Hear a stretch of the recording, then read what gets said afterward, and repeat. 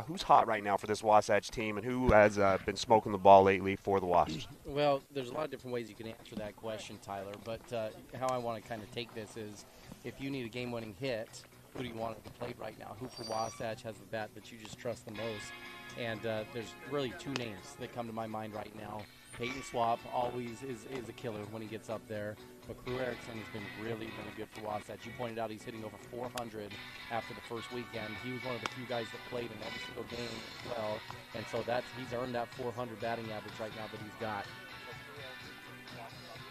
The stats that Wasatch has at this point in the season. Tyler, look for them to continue that hot streak as our Bank of Utah, who's hot here in the opener here in this Snow Canyon tournament. Let me throw it over to you, Tyler. The Pointez Tires defensive standout for Wasatch after the first tournament of play. Who's the guy that if a ball's hit that way, you're just like, oh yeah, this is a can of corn, it's in the bag, you can count this isn't out. You know, Carter Bacad made one error in the first game of the season against Park City, and then he was perfect after that. And he had plenty of opportunities, plenty of assists, and he was just really good. And he's playing at a varsity level, at a varsity depth. His arm looks good. Really like the way Carter Bacad's been playing at the shortstop position. And then finally, your UCCU spark of the game. Who do you feel like, or what do you feel like Wasatch needs in order to get a spark to come away with the victory today? Well, Ty, you look around the lineup and you think, who are your energy guys here in the lineup today? And you've got a couple looking over on the right side of the field. Jack Bluth, Tragan Shaw. Jack Bluth had a really interesting tournament. His batting averages won't stand out to you at all. In fact, I think he only had one hit on the tournament. But he was on the base a ton. His on-base percentage is really high still. And Jack just finds ways to kind of infuse energy into the team. And so I kind of like Jack Bluth there. But Tyler, I'm going to give a shout out too to a couple guys walking here into the dugout in front of us right now. A couple bench guys that are key guys. Alex Gutierrez and Casey Anderson both do the little things even when they're not engaged in the game. So those are a couple names that I want to throw out as my UCCU spark. And then of course we're on the hunt for a good spot A play of the day. Tyler, what kind of action do you think we're going to see? Maybe a web jam type highlight. Got a short porch again here, maybe a few home runs. Yeah, I would say just something early on. You know, usually maybe the play of the game comes at the end, but I'd like to see something early on in this game where Wasatch can get 1, 2, 3 runs early on and get a lead against this good Riverton High team. We are ready for the opening pitch. Number 21, the shortstop Beck for Riverton comes in 4 of 11 on the season, 2 RBIs. Again, Jackson Kelson on the mound for the Wasps on the season, 5 innings pitched, 4.2 ERA. He'll start in the stretch, delivers the first pitch, swung on and fouled off. Well, Riverton getting after it right away, right? That's sometimes unusual to see you swing on the first pitch of the ball game. Although a lot of leadoff hitters do like to hunt for a fastball, and if they get it, they'll try to turn it loose. Wasatch wearing their all-white kind of Astro-style uniforms. Riverton coming in with all black and white pinstripes. Second pitch is going to be a ball on the inside part of the plate. We're on the side this week instead of behind, so it's going to be a little bit more difficult to see where these pitches are. Yeah, you're going to have to get back to your coaching days and watch how the catcher receives it, Ty, how he sets up. Jackson pops the glove perfect right there. Kelson stalking and catching, didn't have to move at all on that one. Coach Jacobson shifts the defense over a little bit to the right side of the field. Jackson Kelson looks good early on, good velocity. He sets the 1-2, high in the zone, and he elevates, and this ball's gone, but it is foul. Gonna maybe connect with some cars out there in the parking lot, but that's a good pitch, and I'm a little bit surprised that Beck was able to catch up with that high fastball. Yeah, Ty, that's a lot of bat speed, getting the hands through that, and a lot of pop, too. You pointed out that ball would have easily been over the fence had he been able to keep it in fair territory. We reset at the 1-2 once again. Kelson looks down, delivers, high in the zone again. This one's popped up. This one has a chance to get caught, and Kelson stalking, can't do it. He tried to catch with his glove, his chest. His bare hand just wasn't able to get it as he slid to the dirt, and we're going to reset again at a 1-2 count. That's a really tough ball for a catcher to make there. That was good effort there from Kelson, Ty. It was not a traditional catcher pop-up. That thing was kind of flaring out over the right side, but didn't have enough air for a pitcher or first baseman to come get it. And Kelson did a good job locating it and trying to go back as the ball was coming back towards him, but just couldn't find a way to hang on to it. Right side of the field today, Cole Zimmerman, Jack Blue, Tragan Shaw. 1-2 count is again fouled off. Third straight foul ball on the 1-2 count for Beck. Beck comes into the let's see, looking at my notes here, a senior. It's a great start here for Jackson, though, Tyler. 6 pitches, 5 strikes, which is a great ratio here. Had a foul ball off the leg, so we got a little stoppage in the play right now, Tyler. But Jackson Kelson early on doing what we talked about, throwing a lot of strikes, challenging the hitter, saying, you got to come prove it to me. that you can earn your way on base. So this turned into a pretty good battle here between these two early on. This pause in the action brought to you by Mirror Lake Station, voted best donuts in Utah. The Mirror Lake Station is your stop for gas, groceries, and goodies. New owners David and Kristen Wade invite you to swing by and say hello this season at Mirror Lake Station. A lot of seniors in this lineup for the Riverton Silver Wolves today. Sophomore Edwards will be the cleanup hitter for Riverton. And then besides that, Robbins, the pitcher, a junior. Swung on and fouled off again. Fourth straight foul ball here for Beck. So 7 seniors in the lineup for Riverton today. And Beck will reset into the box. Jackson takes a peek, looks down at the mound. Kicks the leg, delivers the 1-2 again. Gets him swinging on an off-speed that time. It's in the dirt. He's going to hustle down the line. Kelson Stockton plays catch with Cole Zimmerman. And a leadoff strikeout. Strikeouts today brought to you by Physical at the Fit Stop, your locally owned and operated physical therapy clinic serving you from head to toe, including vertigo to sports injury, serving the Heber Valley for over 40 years. Tyler, that sequence there from Jackson Kelson was unbelievable compared to where he was just a couple years ago. 7 out of 8 pitches or strikes, just kept coming right at the hitter. And his command is just excellent for the Wasatch team. Misses low on the number 2 batter. That's going to be Bright, a senior, 3 of 8 on the year with 3 RBIs. Kelson gets things going early on with the strikeout swinging. The 1-0. High in the zone, 2-0.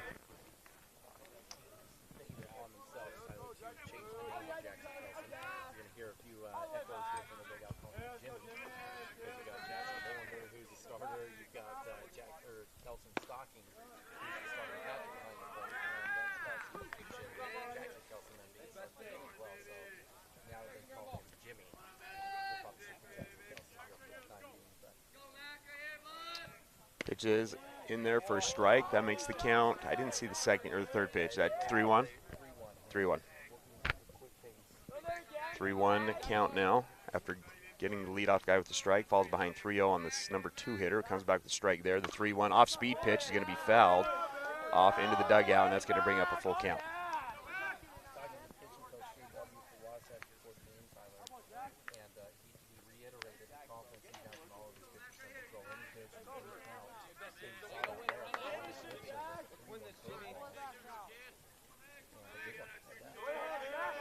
Full count pitch, high in the zone. It's going to be a ground ball to the right side. Jack Bluth can't get over there, and we have our first hit of the game from Riverton.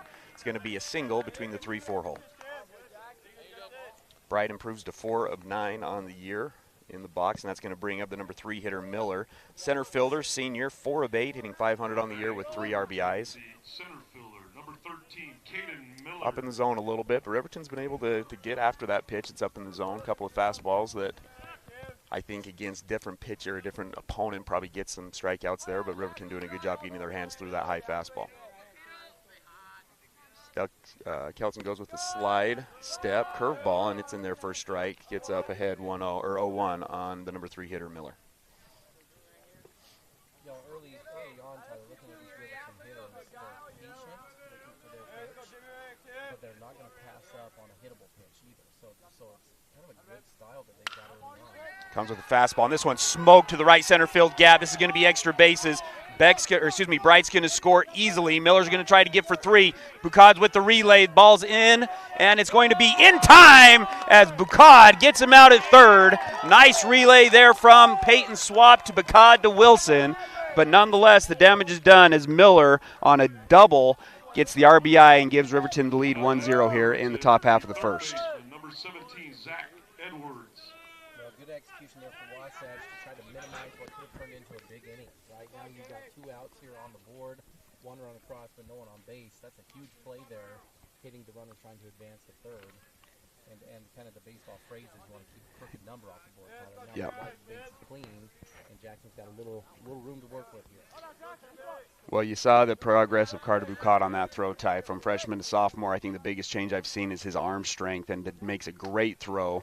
And he was out in the outfield, makes a great throw to third base to get that. It's going to be ball 1 to the number 4 hitter, sophomore Edwards, 4 of 11 on the season in the box with 2 RBIs. And Jackson falls behind 2-0 to the sophomore Edwards, who will be playing third base today for the Silver Wolves. Yeah, Ty, before that last hit, I was kind of alluding to the batting style of this Riverton team early on. And it's really kind of what you want as a coach. You look at this team, and they are cautiously aggressive. They're not going to let any hittable pitch get by them, it looks like early on, but they also aren't going chasing on pitches either. And that applies a lot of pressure to the pitcher here, knowing, all right, if I throw a strike and I miss it all, this team is coming after it. They're not letting balls go by, but also they're not chasing at all. As you see another one there as we go to 3-1, and this just kind of puts the pressure back on Jackson Kelson, who has lived up to that pressure early on here. 3-1 count, another fastball up in the zone. It's going to be fouled off, full count.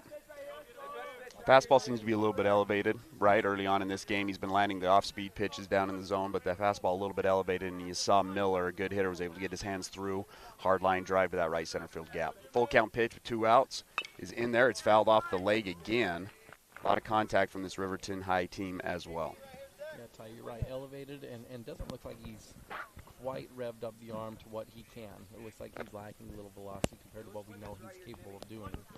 But still, a Jackson Kelson velocity lacking is still really pretty good with velocity. This curveball is going to be off the plate to the outside, and that's going to be his first walk of the game. So he'll put Edwards on first base, and then Goff will come up, another senior, catching today for Riverton, 3 of 10 on the year with 2 RBIs. Did you see another one of the rules that they implemented in Major League this year, which is something that was brought up in high school baseball 2 years ago, that if you have a pitcher who's hitting, you can, if you take him out of the game, he can now become the DH if you don't have a DH. And they're going to do that in Major League Baseball right now, which is basically the Ohtani rule. There's no other pitchers that are hitting. But I like it because it allows Ohtani to pitch, and then he doesn't have to come out of the game. He doesn't have to go play right field. You can keep him in the game as a DH after he comes out. Well, it's smart, right? When you've got a guy like Ohtani, you want to keep him in the game. That's what people are paying to come see. And if he gets chased in the second or third inning and you have to pull his bat out of the lineup, then you got some grumpy fans there, Tyler. But it really makes a difference in high school athletics, too, that, you know, after a pitcher like Jackson may go here and throw 60, 70, 80 pitches, your arm's a little bit gassed. And if you've got to make a decision, well, we need his bat in the lineup, but we've also got to find a position where we can play a tired arm. That's a little bit more tricky. And so being able to just slide them down into that DH spot can make a difference on how the coaches ride out the lineup.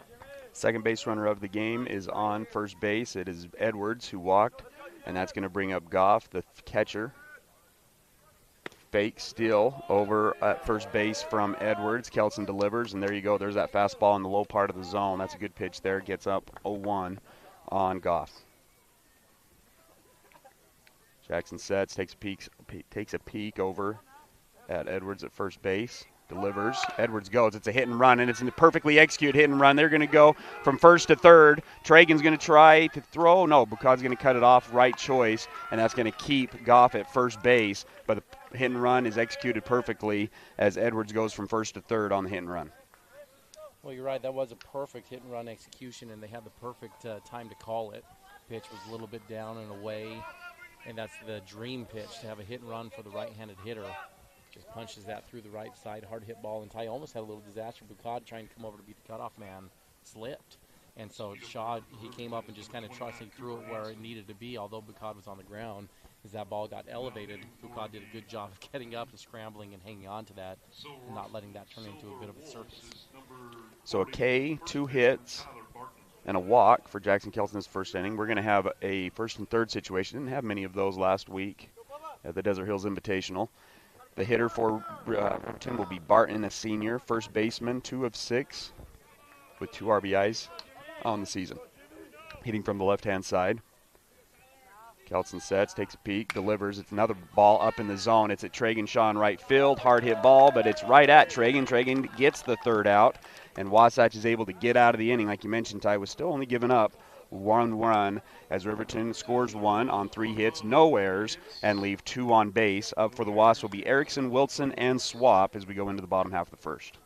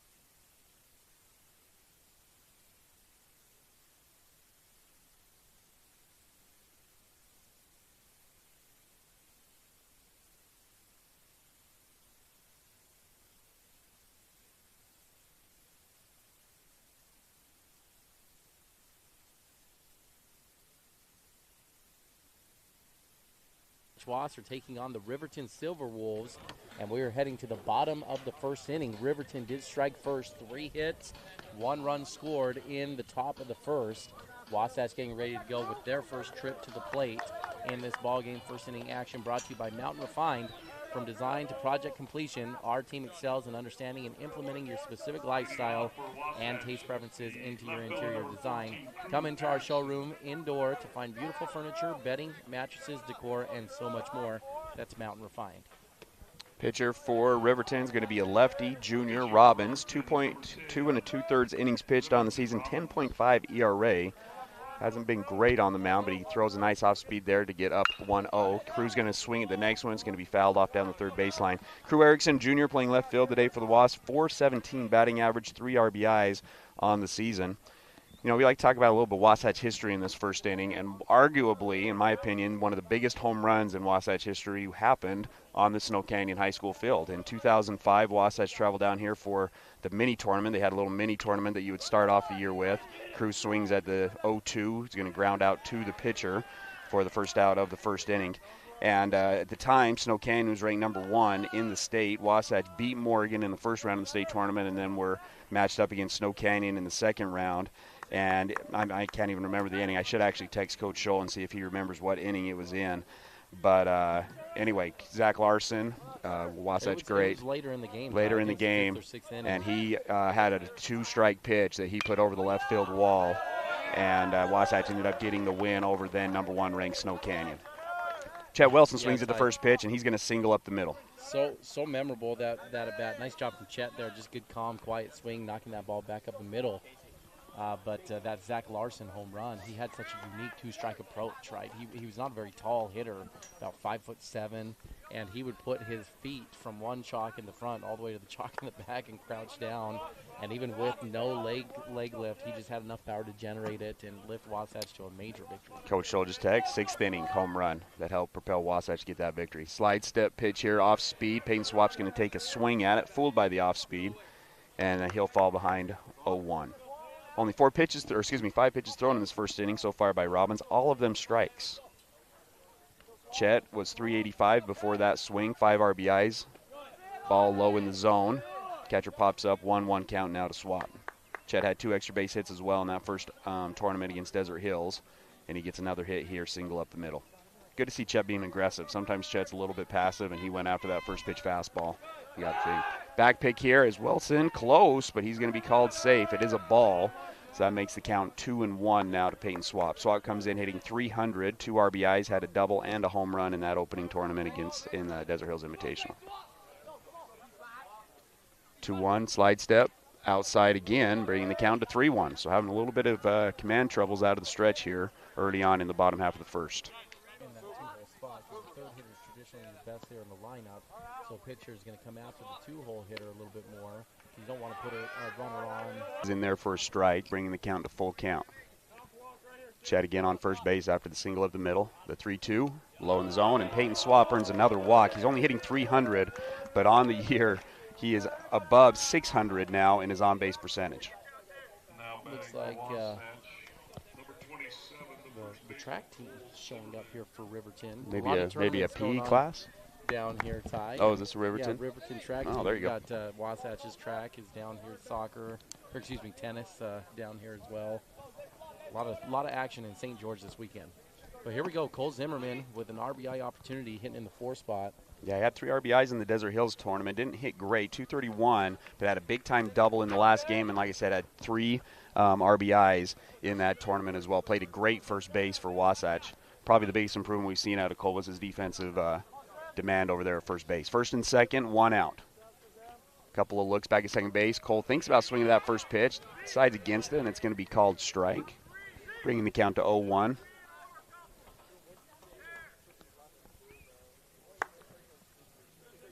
Runners and hitter. Look at Coach Jacobson here at third base for the sign. 1 strike, pitches in there, ball 1. There's noticeable difference, isn't it, when Robbins went to the stretch, Tyler? A little bit more time. You have to worry about these runners, mix up looks, and he just doesn't look as calm and as comfortable there throwing from the mound when he got runners on base. The 1-1 with runners on first and second. Takes a second look, now a third look. Delivers the 1-1. Off speed, Cole's going to go off. He's going to go swing of the pitch. It's going to be a lazy ground ball to the first baseman, and the moisture gets him as the first baseman, Barton, steps to throw it to second base for the double play, and it's going to go into the outfield. So the error is going to allow Wasatch to tie this game up at 1-1 as Cole Zimmerman will get another RBI on the air to the first baseman. Slippery grass out there. It was a slow roller, and the first baseman just didn't get his feet settled, and that ball got spiked into the ground. A nice break for Wasatch early on. So that ties us up 1-1 as Wasatch cracks through in the bottom of the first inning. It's going to bring up Jack Bluth, who only hit .222 in that first weekend. There's no surprises of dental treatment. Dr. Dorius and Dr. Proctor. Let Dorius Dental make your mouth smile. Learn more at DoriusDental.com. 1-1 the score here as both teams scoring a run here in the first. We're still in the bottom of the first. Wasatch with 1 run in. Still runners on first and second and 1 out. Jack squares. Back pick at second base. You don't see that very often. And Payton Swap gets too far off of the base at second. And Goff, the catcher, with a gun down to second, picks Payton at second. And now a 2-0 count to Jack Bluth, but the lead runner is picked off at second base. Jack, really, we're even, right? Riverton gets a guy thrown out at third base in the top half of the first. And now Wasatch gets a guy picked off at second. Still have a good runner on first with 2 outs. 2-0 count, slide step. Swung on and missed by Jack, makes the count 2-1. Yeah, that one hurts a little bit. Payton just wasn't totally disciplined, waiting to see if that bunt got down. Tyler got a good aggressive hop, and Payton's an aggressive runner. That's what he does. Riverton was absolutely ready for it, though. Catcher and shortstop on the same page, popping up, and it really wasn't close. They had him out by a couple steps. A little bit of a kick that time, but he delivers the strike, making the count 2-2 with 2 outs. Robbins sets, again throwing from the left-hand side. The 2-2, swung on and missed, and that's going to do it for the bottom half of the first. Wasatch does get 1 run in on 1 hit, 1 error by Riverton. Wasatch leaves 1 runner on base. Up for Riverton in the top half of the second, Robbins, Olson, and Applegate.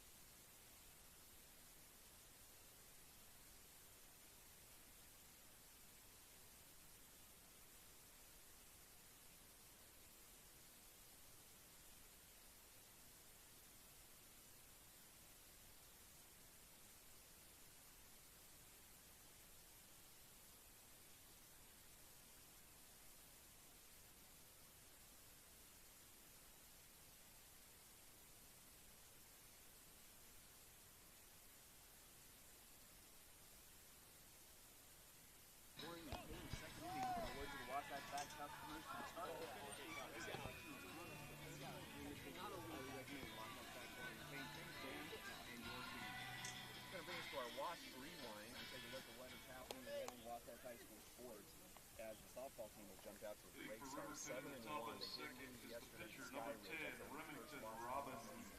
But Paige Armendariz was headed down to play softball in the SEC region and just putting up major stats right off the bat. She's doing all right, isn't she? You know, yeah, 7 bombs, and 25 RBIs. That's all right, I guess. You know, if you're into that kind of thing, that's incredible. In fact, Tyler, if you remember all the way back to her freshman year, it was the same story as a freshman. And looking at the pace, I think the softball record for home runs in a career was somewhere around 37 in Utah.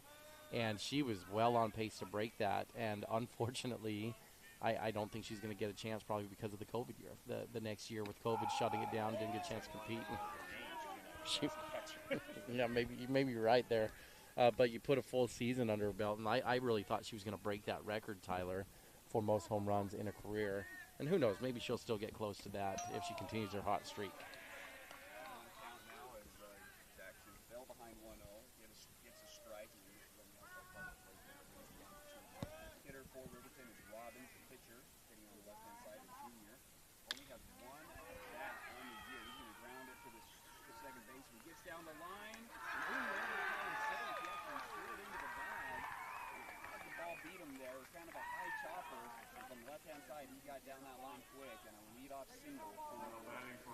Yeah, it put Jack Bluth in a tough spot. It was a high hopper, and in the infield you train them when you see that high hop, you've got to come get it, especially when you got a left-handed hitter. They're going to get down the line a little bit more quickly. But Jack probably made the right call there, Tyler. I don't think that was a high enough hop to come in and get, and so he just kind of got stuck there having to wait for that ball to come to him as it wasn't high enough to attack.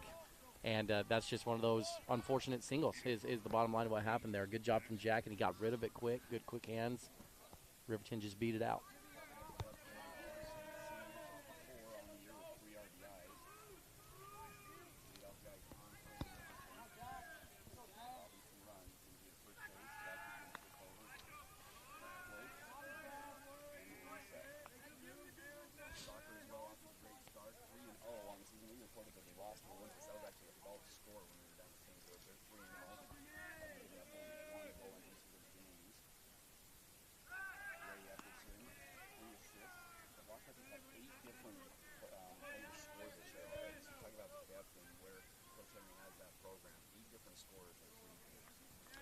And it's a lot of new names, new faces, Tyler. That team last year that was the state champion team lost a lot of seniors off of that group. And so figuring out a few new leaders here for Wasatch and still doing a good job of reloading and resetting.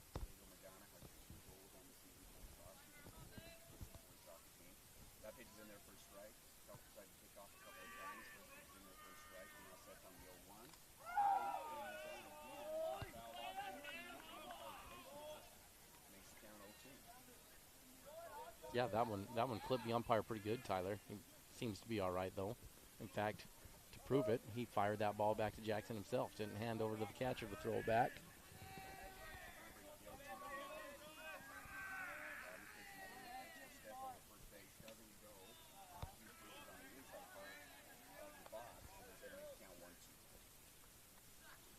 Yeah, Jackson missed by a lot there. Kelson Stocking was up in his secondary position, anticipating some movement from the runner. And he had to reach way back on the inside to keep that ball from getting to the backstop.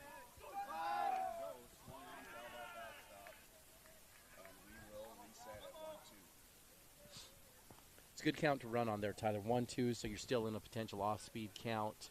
And so you're sending the runner in motion because if you get a strike, obviously that turns into a hit and run.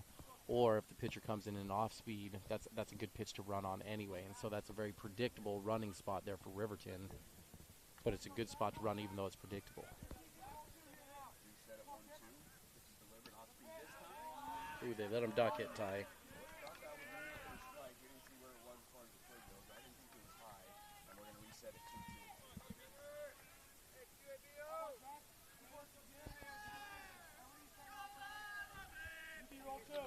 2-2, runner goes again. It's on the outside part of the plate. He strikes him out, though. How about that? Strike him out, throw him out. Double play, an early nominee for our good spot A play of the game. Riverton gets the first guy on, but a fastball on the outside corner gets the strikeout, and then Stocking throws out Robbins trying to steal second. Oh, that's pretty, Tyler. That's pretty all the way around. Kelson Stocking hanging in there and receiving it well to get the strike call, but then quick enough to pop up and deliver a good throw down to Jack Bluth. The throw was a little bit short. Jack did a good job to rally up and come grab it and then retreat. And they had Robbins out by a step, Tyler. He was out by a significant margin over there. So right now, early on base running has been less than ideal for both teams. 3 runners already thrown out on the bases. Ball 1 to the next hitter. It's the number 9 hitter, Applegate, second baseman. He's going to swing at the next pitch, fouls it off. Senior, second baseman, 2 for 2, hitting 1,000 right now for the Silver Wolves. Has 3 RBIs as well. For those of you tuning in to the stream, we've got 2 mics that you have to turn in. And I apologize, but I did turn it on right before that strike him out, throw him out. So a little bit of, I think, some intuition that I need to turn on that mic right before that great play by the Wasps.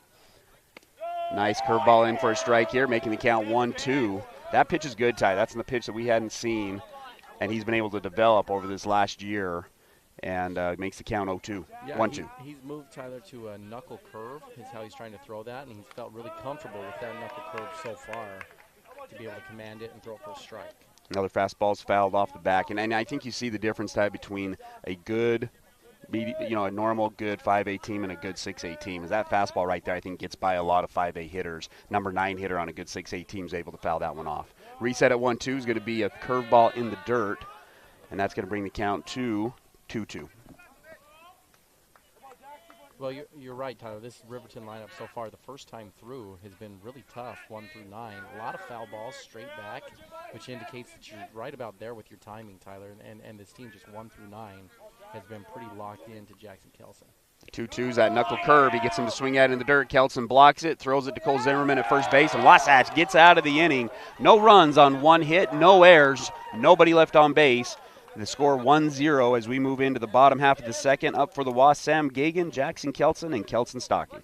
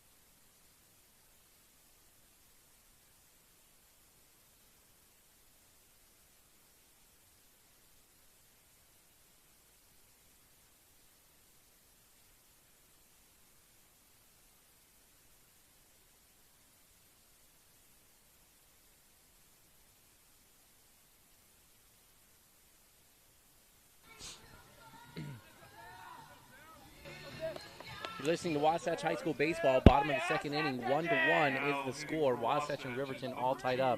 This action brought to you by Wasatch Physical Therapy. Let Wasatch Physical Therapy and Sports Medicine be your rehabilitation specialist, dedicated to your total recovery from a variety of injuries. Let Dan Ivey and his team get you back to 100%. Up for the Wasps will be Sam Gagan. Went 2 for 4 in his game against Park City. Started the game at Park City instead of Hills. Went 2 for 4. Couple of barrels. He's going to swing at the first 2 pitches and miss both of those pitches, bringing the count to 0-2 to start the second inning. Again, 1-1. Wasatch and Riverton tied. Riverton got the leadoff guy on to start that second inning, but a strike him out, throw him out, gets Wasatch out of the inning. Interesting to see if Robbins goes back to that fastball here. Does so. Sam's able to get this one. It's going to be a ground ball to the shortstop. Shortstop can't handle it. Didn't get the right hop, and Sam Gagan is the leadoff guy on thanks to the error by the shortstop. Good job from Sam there, right? Get down 0-2, but just be competitive, right? You want to be competitive at the plate, put the ball in play. Hard ground ball, and the shortstop never fully committed to that. Tyler never got his glove in the dirt, trying to come up on the move.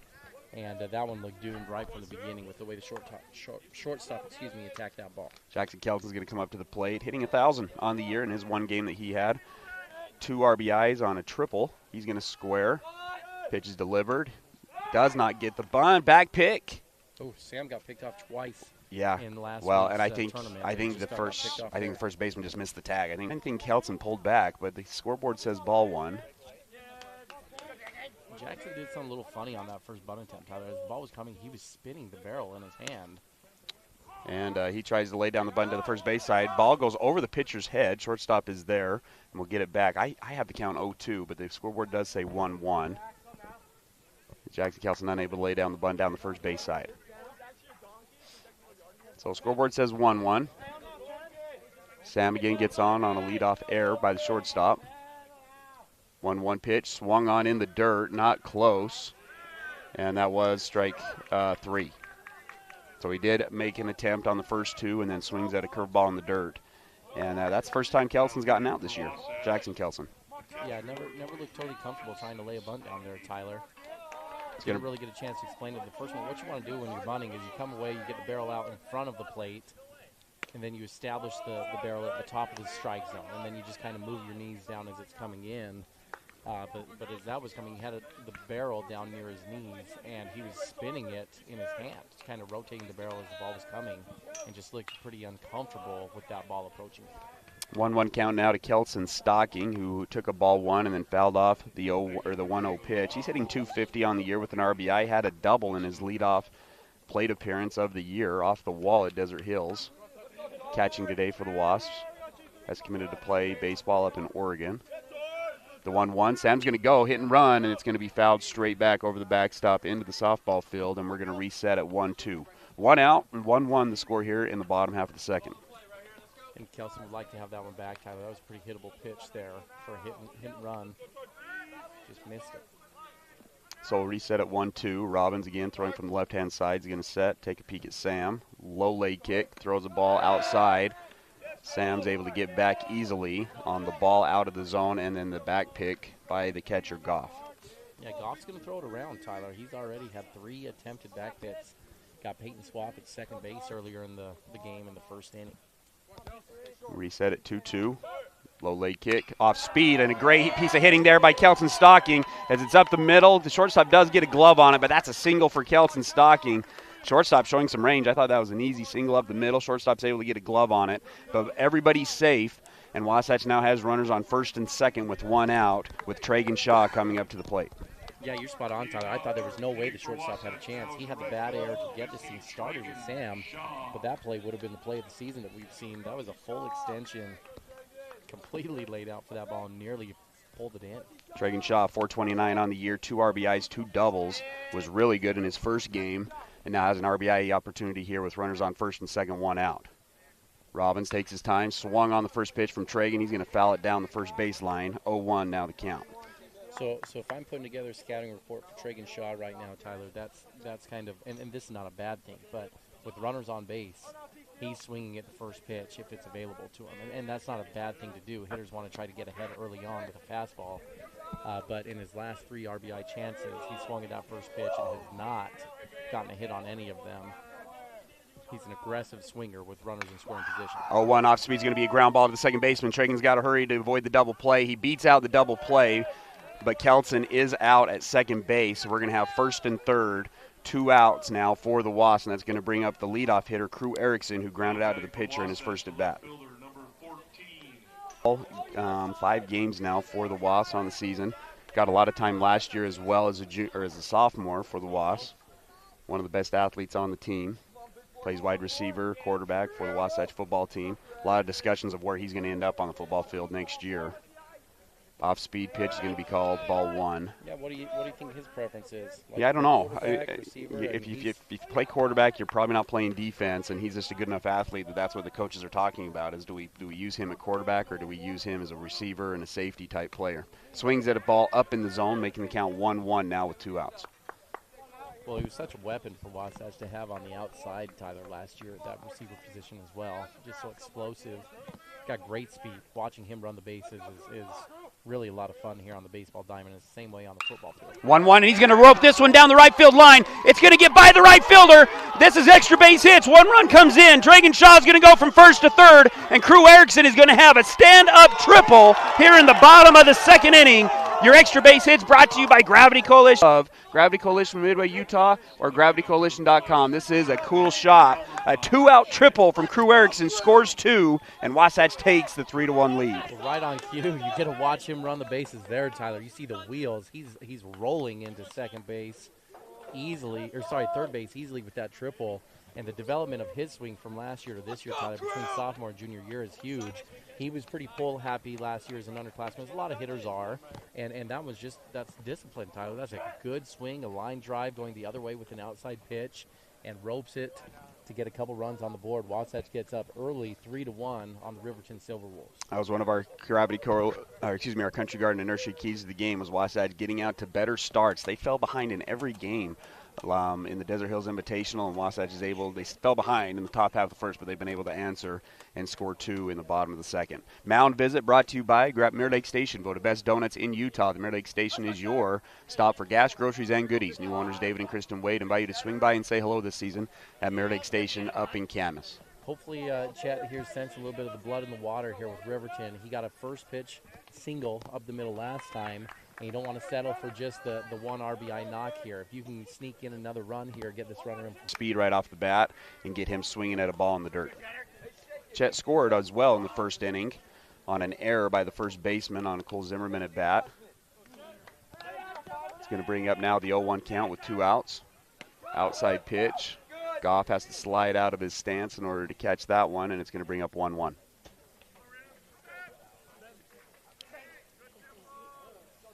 Chet started almost every game at third base last year as a sophomore. 1-1 fastball off the edge of the plate, going to bring up a 2-1 count.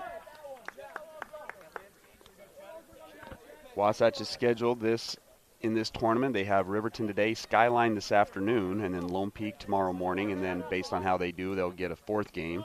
Curveball is going to be off the edge of the plate, going to bring up 3-1. Well, options available if you're Robbins, right? You don't want to get the swap next, but at the same time, you don't want to give Chet anything hittable here. 3-1. It's just easy to anticipate. Something come off speed again. 3-1 is going to be up in the zone and in, and Chet Wilson's going to draw the walk. He's 2 for 2 on getting on base this game. And that's going to bring up Payton Swap, who walked in his first at bat. Payton Swap's on base percentage now on the year is above 600. It's only hitting 300 on the batting average, but he has been able to get on base. And he has a little bit of a reputation around the state, and he just hasn't seen a lot of pitches, and pitchers have been very, very careful pitching to Payton Swap.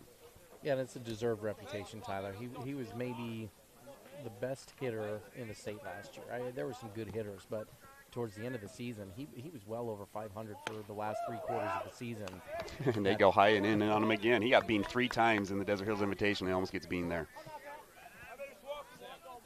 Payton had 5 bombs last year, already has 1 on the season in the early tournament down at Desert Hills. The 1 ball, no strike count. It's delivered again, and this one's going to be 2 balls, no strikes. Robbins struggled in his first outing, 2 2/3 innings, had a 10.5 ERA. Struggled early on in the game. Has looked good at times, but has struggled a little bit here to close out this second inning. There's a good spot here for Payton. 2-0 can definitely be in a zone 1 approach. He doesn't need to go chasing. Can look for a spot really in one part of the plate. 3-1 the score for Wasatch, looking to try to add on to it. Fastball up in the zone. Payton thinks about it, but lays off of it, and now we have a 3-0 count. See if Jacobson decides to give his brother-in-law the green light here. Coach Jacobson married Payton Swap's older sister. Didn't give him the take, Tyler, so I assume he's green light. 3-0, and that's off the edge of the plate as well. Back-to-back walks after the 2 RBI triple from Crew Erickson, and now Wasatch has the bases loaded for Cole Zimmerman. Zimmerman has 4 RBIs on the season and has an opportunity here with 2 outs. Riverton gets their bullpen going. Number 11 is going to trot out to the bullpen. Nilsson, not in the lineup today, has 2 doubles on the year hitting-wise, but is one of their better pitchers. 5 innings pitched and a 1.4 ERA. Ball's up in the zone again, making the count 1-0, and that is 6 straight balls now from Robbins. Well, as the pitcher's starting to struggle here, you can sometimes see teams try to pick him up in a different way. Don't be surprised if Goff goes back pick somewhere. And it's going to be a rollover. Is it fair? Yes, they call it fair.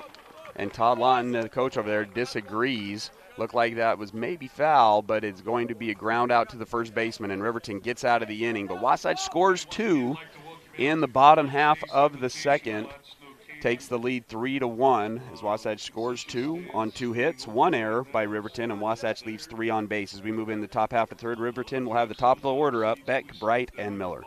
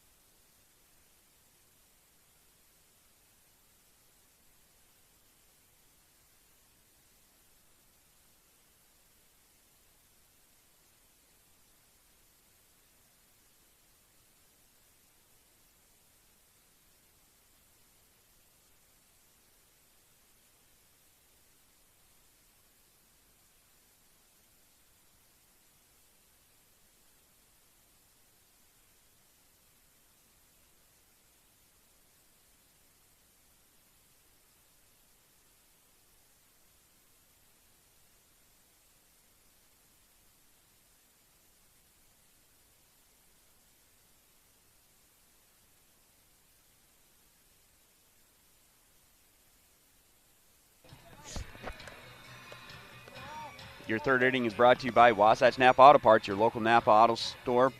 Stocks parts, tools, and equipment, and many other items for heavy-duty trucks, marine, and farming equipment. Stop in today. Give a shout-out to River Wardle, one of our Wausau campus, earned junior college All-American status, Ty in his freshman year up at Western Wyoming. Yeah, and that was against good competition too, Tyler. I know often you might hear Western Wyoming and think, well, who are they really competing against? But went to a lot of big tournaments, facing Big 12 schools, and often was the only D1 level program that was competing at those D1 type of tournaments. And River performed well this year for them. Another shout out to an older Wasp on campus, Cale Sanderson. Wasatch great, won his 9th NCAA title. As Penn State was able to bounce back after not winning it last year, they win it this year. Well, and some more Wasatch news. Fun seeing Braxton Turner coming Yes, back yep, home yep. to Utah. He played football at Georgetown last year, and then just signed to come to University of Utah. 2-0's pitch is swung on, lazy fly ball to right field, and Tragan Shaw, the glove, comes in and makes the diving catch as Wasatch gets the first out of the inning on the leadoff hitter Beck. No doubt about it, right? Fly ball into right field when Tragan's out there. He's going to go put that baby away. Tragan takes pride, Tyler, in making plays look easy as well. That's right. He doesn't want to go dive for a ball if he doesn't have to. Sometimes you get some players that try to, slack over getting to a ball so they can showboat and dive for it. That's not Tragan Shaw. He'll get after it and try to just stand under it and catch it, which is really what you want from your outfielder. It's going to bring up the right fielder. Bright, a senior, had a single through the 3-4 hole in his first at bat, ended up scoring in that first inning. That's the one run that Riverton has, and he's going to foul off the first pitch. The 0-1 delivered. Fastball low in the count. It's going to be a ground ball to Zimmerman, who's going to take it off the chest. Bad hop, and the air is going to give Riverton a base. In fact, it's not going to go off his chest. It's going to go off his throat. Keep an eye on him. Coach Moss knows here what that can do to you. You take a ball to the throat. Yeah, anyone who's what you're talking about. I took a throat ball as a catcher, and about 20 seconds later was face down in the dirt, passed out as the blood flow wasn't quite working the way it was supposed to the brain. And so that's the joke every time someone gets hit in the throat now is you got to watch out for that there, Ty. That ball off the bat, though, when you glance down at Cole, it was kind of one of those, this is going to eat him up, right? You don't want to get caught flat-footed and standing back there. Oh, they got a chance here, Ty, on the pickoff. Ooh, close. Bright was leaning on that pitch. Bright and Miller executed a great hit and run in their first at bat, or first situation that they had with this. Jackson got him leaning. Throw was just a little bit off. Bigger lead now here from Bright. He's going. No, it doesn't go. Fastball's going to be a line drive at Bucad. Bucad catches it, doubles him up at first base. 2 double plays in both the second and third inning as Wasatch gets out of the inning again. Great play there from Carter Bucad. Jackson Kelson continues to look good on the mound as Wasatch gives up no runs on no hits. There was 1 error, and Riverton leaves 1 run on base. Up on deck for the Wasps in the bottom half of the third, Bluth, Gagan, and Jackson Kelson.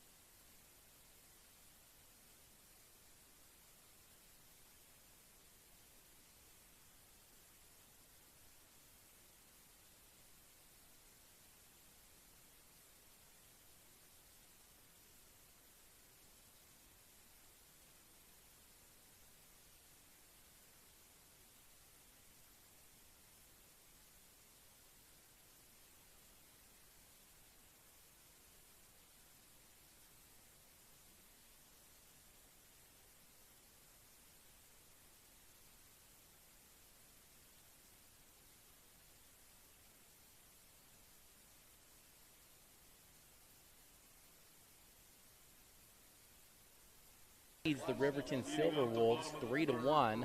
Wasatch is the home team. They're coming up to bat here. Bottom of the third inning. Tyler is brought to you by Wasatch Napa Auto Parts, your local Napa stocks auto parts, tools, and equipment, and many other items for heavy-duty trucks, marine, and farming equipment. Stop on in today. That's Wasatch Napa Auto Parts. Jag Blue's going to lay down the drag bunt. Doesn't get it far enough over. Robbins is going to get off the mound and throw off Jag by a half a step. Good idea there from Jag Bluth. He struck out in his first at bat. He's going to lay down a drag bunt. Was probably about 3 feet over to the left more from getting a single there on the drag bunt. Yeah, you're exactly right. If he can get it to take one more hop, Robbins isn't going to get that ball there in time. Just didn't quite get it down the line enough. Like him using that, though, Ty. He's got great speed, and I like him practicing that. He's going to bring Sam Gagan up. Sam was able to reach on an error, ended up scoring in the last inning. Off-speed pitch, low in the count or low in the zone is going to be called ball 1. Sam got things start last time. He was up by an 0-2 ground ball that was booted by the shortstop. Sam's done a good job of putting up competitive at-bats this year, Tyler. Swings at the 1-0, and it's going to be fouled off down the right side, maybe bringing the count to 1-1. Robbins goes back to the windup, the 1-1. Swung on, and it's going to go foul to that exact same spot, and that's going to bring up the count 1-2. Wasatch leads 3-1 on the Dorries Dental scoreboard thanks to a 2 RBI triple by Crew Erickson in the last inning. The 1-2, high in the zone and outside, brings the count to 2-2.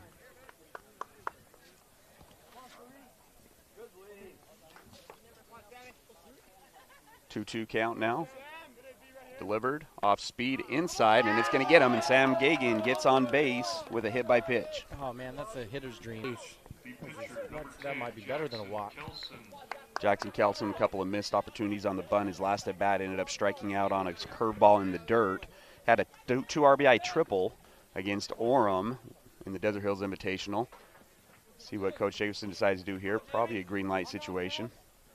Sam Gagan takes the lead at first. Slide step up in the zone. Back pick again by Goff, not in time.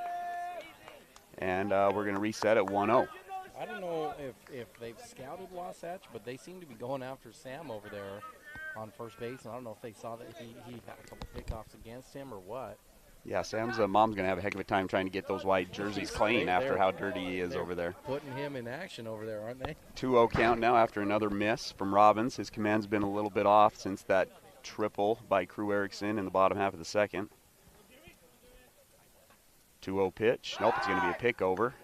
Sam gets back easy. First move to first we've seen out of Robbins. Again, pitching from the left-hand side. 2-0 pitch. Robbins sets, takes a peek, delivers. Low, 3-0. Jackson Kelson gets on. We'll see if we get Tad Sulcer for the first time. Tad, the speed-up runner for Wasatch last week, senior. Riverton's bullpen actions jogging back from the bullpen. 3-0 in their first strike, bringing the count to 3-1. Robbins up to 55 pitches in this one, Tyler. Your pitch count, important numbers, 35, 60, and 85. 35 pitches or more, you have to wait 1 day of rest between pitching. 3-1 pitch is swung on. Line drive to the right fielder who does come up and make the catch. That was a good barrel just right at the right fielder who makes the catch for the second out of the inning. Sam Gagan does a good job of recognizing that ball was sailing a little bit more than it should. Froze and was able to get back to first base before getting doubled up, and we now have 2 outs with the guy on first. You're exactly right. That was really good base running from Sam Gagan because off the bat, that one seemed like it was going to be a ball that got down, and Sam did a good job of finding it, locating it, and quickly getting back as the right fielder was coming in, and it was an easy ball for a double play opportunity. Ground ball up the middle from Kelson Stocking on the first pitch is fielded by the shortstop. He'll step on second base, and that's going to be no runs, no hits, no errors. 1 runner left on base as Wasatch takes a 3-1 lead into the top half of the fourth. Up for the Riverton Silverwolves, Edwards, Goff, and Barton.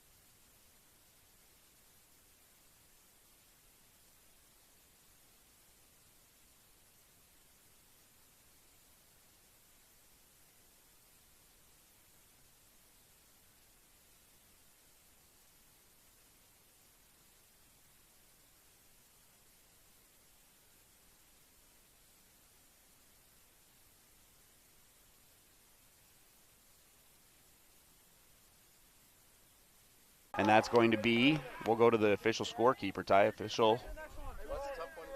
That's a tough one. Now hitting for Riverton, catcher, number 20, Parker Goff. That's really different than I guess how you score that one.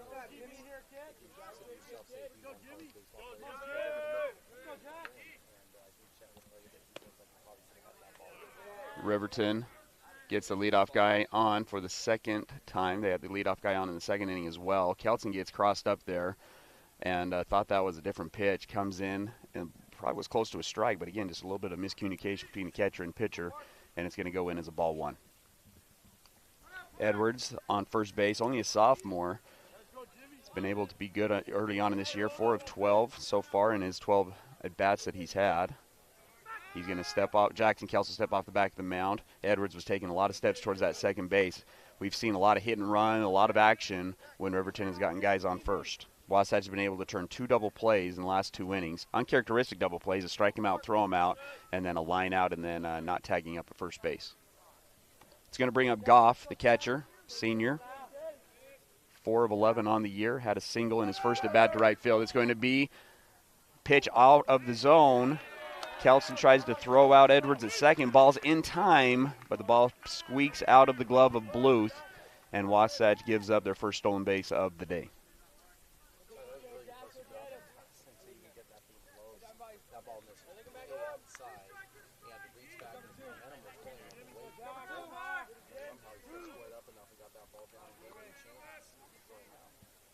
Ball up in the zone is going to be a ground ball to Boucard. Boucard comes through it, throws him out at first base. That does advance the runner to third.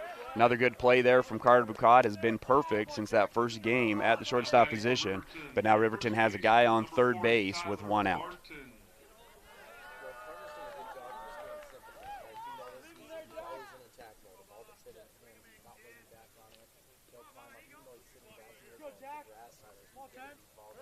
Yep.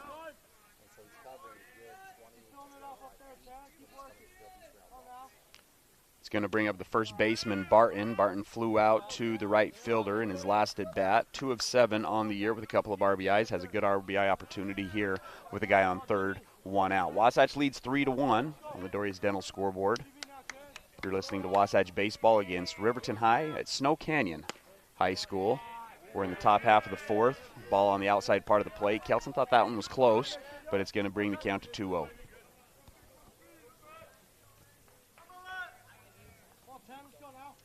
This is the 6th hitter in the lineup here for Riverton, so 7, 8, 9. 2-0 pitch is inside. And this Riverton lineup is pretty good, 1 through 9, Tyler. They've looked to be competitive. But in the traditional sense, you don't have to give in here with a base open. You don't need to necessarily serve something up with the runner in scoring position. You can try to attack the 7, 8, 9 hitters, maybe get a double play ball there. 3-0 count. And that's only the second walk of the game that Jackson Kelson has given up, but it is going to put runners on first and third, again with 1 out. So Robbins last time, he got down the line quick. He had that high chopper that went in the direction of Jack Bluth, and he was able to beat the ball down the line. So Robbins has some speed, Tyler Spaleo, so he's not an ideal double play candidate as a left-handed hitter. So what you really need if you're going a double play route with Robbins is it's got to be a sharply hit ball directly at one of your infielders. Wasatch will play back as well as Chet will play back as well. Interesting spot here. Robbins with good speed, and Jackson Kelson does a good job coming back with a fastball for a strike. First time up, Robbins had a single to the second baseman. Was able to beat out a little infield single. Good job from Kelson coming back with a strike there. 0-1 pitch up in the zone. Almost gets Robbins to chase it, but now we're going to reset at 1-1. Runners on first and third, 1 out. 2 errors for both teams in the game. Wasatch with only 3 hits.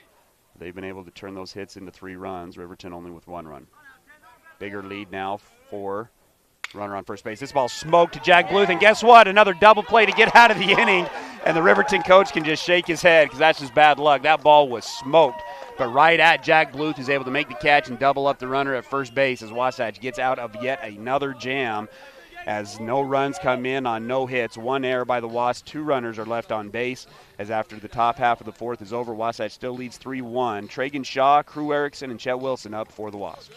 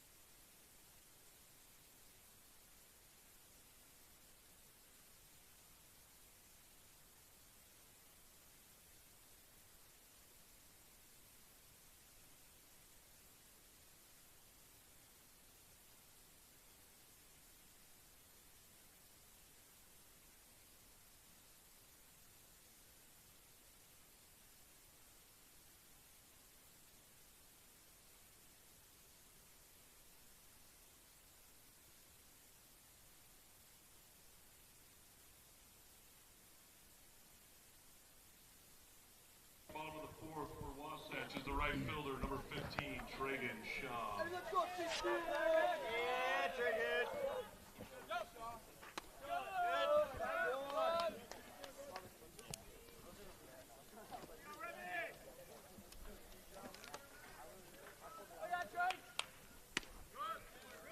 Wasatch Baseball brought to you by Gravity Coalition, offering the best in bikes, skis, snowboard, skateboard, sales, and repair for the gear you love.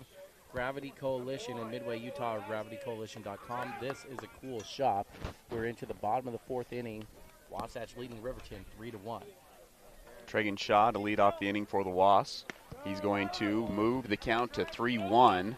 Robbins continues to struggle a little bit. How many pitches is Robbins up to? That puts him at 61. 61. So both pitchers not bad in their pitch counts. 3-1 pitch is delivered, and it's up in the zone and in. Tragan thought about it, but he holds back, and he earns a leadoff walk. He gets Wasatch a runner right off the bat on base. You know, baseball's a game that knows, Tyler. It seems like the ball kind of finds a way to bounce and even things out. Right now, the ball has just undeniably bounced Wasatch's way. They've had 3 double play balls that are not traditional double play balls, that have just been guys in the right place, right time. 2 of those are just really hard hit line drives from Riverton that went right at Wasatch. The last one to end the third inning, or the top of the fourth inning, there. And they need to put some distance between them and Riverton, because you never know when the game's going to start not bouncing your way. And the last 3 innings here, you could get some unfavorable bounces that go towards Riverton or Wasatch and go in favor of Riverton. And so while you've got things kind of going in your direction and momentum going the way you'd like to see Wasatch, maybe put a little more distance between this Riverton team, because as you pointed out in the Derek King pregame show, Riverton has every game fallen behind, or 2 out of their 3 games early on in the season, and they have a tendency to fight back and battle back in those games. Looks like we're going to have a pitch and change time, but this Riverton team's not going to go away because they're down 3-1 in the 4th inning. They're going to keep coming at Wasatch. Yeah, so they're going to bring in the second baseman. Applegate is going to come onto the mound. Applegate has 2 innings pitched, hasn't given up a run, 2 Ks in those 2 innings, and only given up 1 hit. We're going to go ahead and take a break as Applegate gets warmed up. You're listening to the bottom of the 4th, and Wasatch leads 3-1.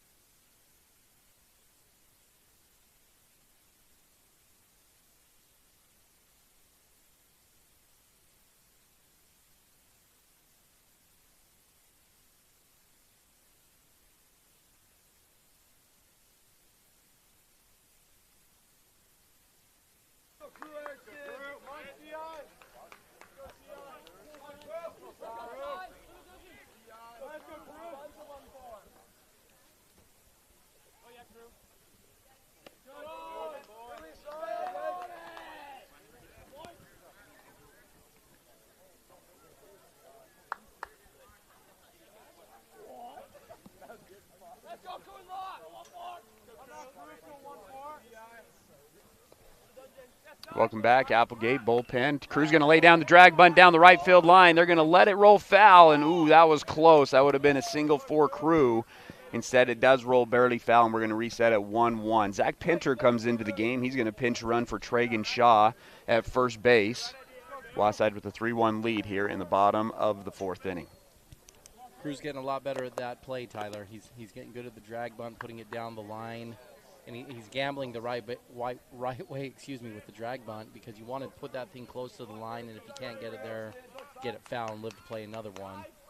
don't want to miss in the direction of the pitcher. If you bunt back to the pitcher, that could be a sure at least one out, if not going back to second base for a double play. Huge lead by Zach Pinner as the pitcher's going to step off the back of the mound. Crew with a 2 RBI triple in his last at bat. Another big lead here for Pinter. Pinter, one of the best runners. They're going to fake a steal. Ball's up in the zone. Crew had squared to bunt. He pulls back. No action. 2-1 now the count with nobody out. Wasatch, their leadoff guy on. Yeah, it looked like a little slash action going on there. Crew now trying to bring in the third baseman a little close and then pull back for a slash. Big 3-4 hole over on that right side of the field. Pinner's going to take off. It's going to be hit and run. This ball smoked down the the left field line.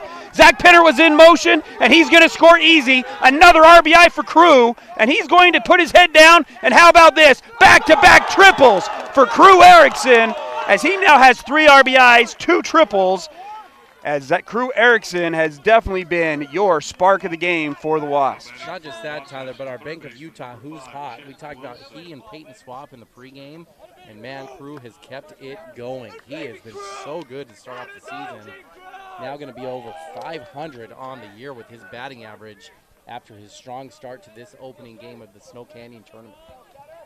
4-1 lead now for the Wasps, and that's going to bring up Chet Wilson. Chet Wilson on base both times, and he's going to swing at the first pitch. This ball's to deep left center field, and the center fielder's not going to get to it.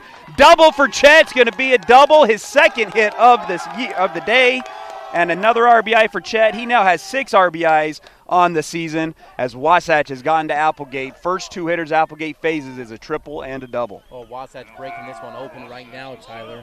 That was sneaky power there from Chet Wilson.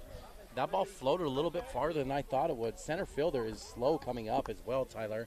Out there in center field, that's Miller, and it looks like he ran into the fence, and he's not feeling good right now. He's got the hat off, his arms off, and the coach is going to have to come out and visit. So we've got an injury timeout. Brought to you by Mirror Lake Station.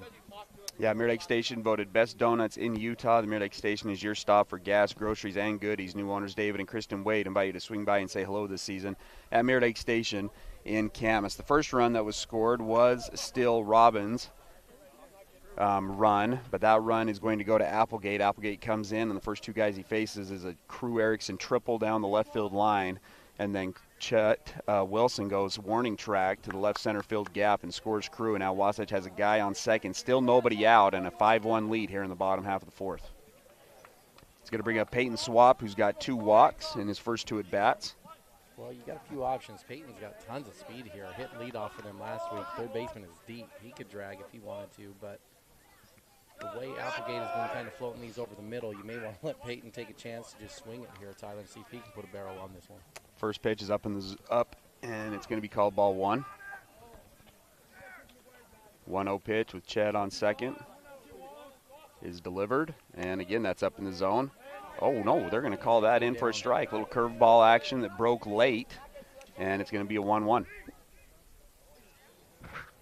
Payton takes a look out of the pitcher. He's going to step into the box. Applegate out of the stretch. Sets, takes a peek at Wilson at second base. Delivers. Fastball up in the zone. 2-1. Real curious to see what they do here on the 4th pitch to Swap. He's seen a couple curveballs. Not sure I'd want to come back with a curveball if I were Riverton. Over the plate on Payton on this one. 2-1. Chet's going to take off for third. And how about that? Chet Wilson sneakily with nobody out. Had the pitcher timed up, and he's going to steal third. And just like that, Wasatch has a guy on third with 2-2 count. Swab does swing at the pitch. But now two RBI chances here for the Wasps with nobody out. Yeah, Chet caught him sleeping there and took the base. Took it easily. 2-2 count. Pitch is delivered. Swung on and missed. Rare strikeout there with Payton. He's frustrated with himself. And that'll bring up Cole Zimmerman with an RBI opportunity. Still only 1 out. Good chance for Wasatch to get their 3rd run of the inning. 2 ground balls to first base. Zimmerman was able to reach on an error in his first at bat. Did have an RBI on that swing and then grounded out to first in his last at bat as well. 1 out. Guy on third. Applegate delivers. No, he's going to pick off, and Wilson was not paying attention, and Wilson's going to get picked off going home. Bad mistake there from Chet. Pretty good there from Applegate. Chet was being aggressive. I thought that was a balk. I thought he had started his motion home a little bit here. Coach Jacobson's going to go out and talk about it as well. highly unusual to see a move like that over to third base. That does not happen very often. Coach Jacobson. It was sneaky because it did look like he was kind of starting his motion down there home. Lefties often do the same move, Tyler, but it's going to first base, where you kind of have that little 45-degree angle move, and that's what just happened over there moving towards third. I don't know if Coach Jacobson is going to be able to make a persuasive change here on this. And that, unfortunately, is huge. You got a runner on third with nobody out. And just like that now, that runner's been wiped away, and you got 2 outs on the board. Well, this umpire is going to ask for the home plate umpire to discuss this. Coach Jacobson showing some maturity. Didn't go out screaming, just kind of asked if he could talk to the official, and we'll see what the umpires think here. Yeah, I don't think it's going to be changed. He's been good this year with that, though, hasn't he? Coach Jacobson, when we had him last year as the assistant, he's a fireball. Very competitive guy. But as the head coach, he's been very, very tranquil, very calm, poised here in his first couple games as the head guy. Well, the call's going to stand as Chet Wilson gets picked off at third base, a rare pickoff at third base. Chet getting a little bit aggressive, and a good job from Applegate of recognizing it. Throws over to third, and Wasatch had a runner on third, nobody out. After a strikeout and a pickoff, now Cole Zimmerman comes up with 2 outs and nobody on base. He's going to take ball 1. And it's something Chet's liked to do all throughout his high school career. When he gets on third, he comes down the third baseline hard and likes to stomp his feet to try to get the attention of the pitcher. And Applegate there just kind of ignored it, but you know he's thinking, okay, I'll take advantage of this kid who's going down the line hard. And he did. It was excellent that they had a plan in place there where the third baseman snuck over as well. Clearly they've worked on something like that because third baseman wasn't over there just waiting on it, Tyler. He came over at the right time. And they took advantage of that over-aggressive nature that Wilson sometimes has.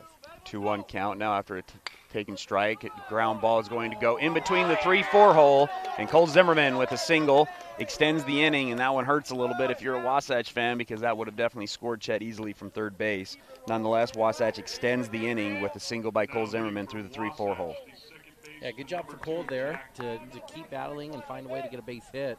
But you're exactly right, Tyler. I kind of groaned because that's a run off the board there for Wasatch that you'd like to get on that base hit from Cole. Wasatch does have 2 runs. Runs brought to you by Wasatch Physical Therapy and Sports Medicine, your rehabilitation specialist dedicated to your total recovery from sports injuries, auto injuries, industrial and or commercial injuries. Let Dan Ivey and his team get you back to 100%. First pitch is swung on by Jack Bluth, who comes up to the plate. It's going to be fouled off down the left field line. Jack on the day. Struck out his first at bat and then tried to drag bunt, was thrown out at first base in his second at bat. 2 RBIs on the season for Jack. 2 outs, guy on first base for the Wasps. Applegate sets, takes a peek over at Cole, delivers a curveball up in the zone. This one doesn't get called a strike, and we're going to go to 1-1. That's a pretty tight zone, Tyler. That pitch is close, coming right about the belt level. Normally you get that as a pitcher. 1-1 count here with 2 outs. Up in the zone fastball brings the count to 2-1.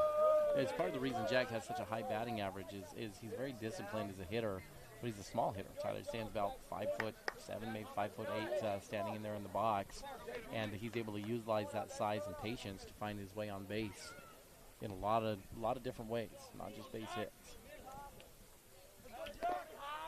Long pause here from Applegate. The 2-1 swung on, ground ball up the middle, right at the second baseman, who's able to pick up the ball, step on second base, and gets the third out.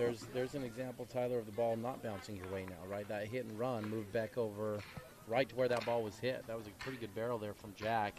But unfortunately, Wasatch, in the motion of the batter moving, ends up running the hitter the defensive player right where the ball was hit. Wasatch scores 2 runs on 3 hits, no errors, leaves 1 runner on base as Wasatch goes into the top half of the 5th, up 5-1 on Riverton. Up on deck for Riverton, Olson, Applegate, and Beck.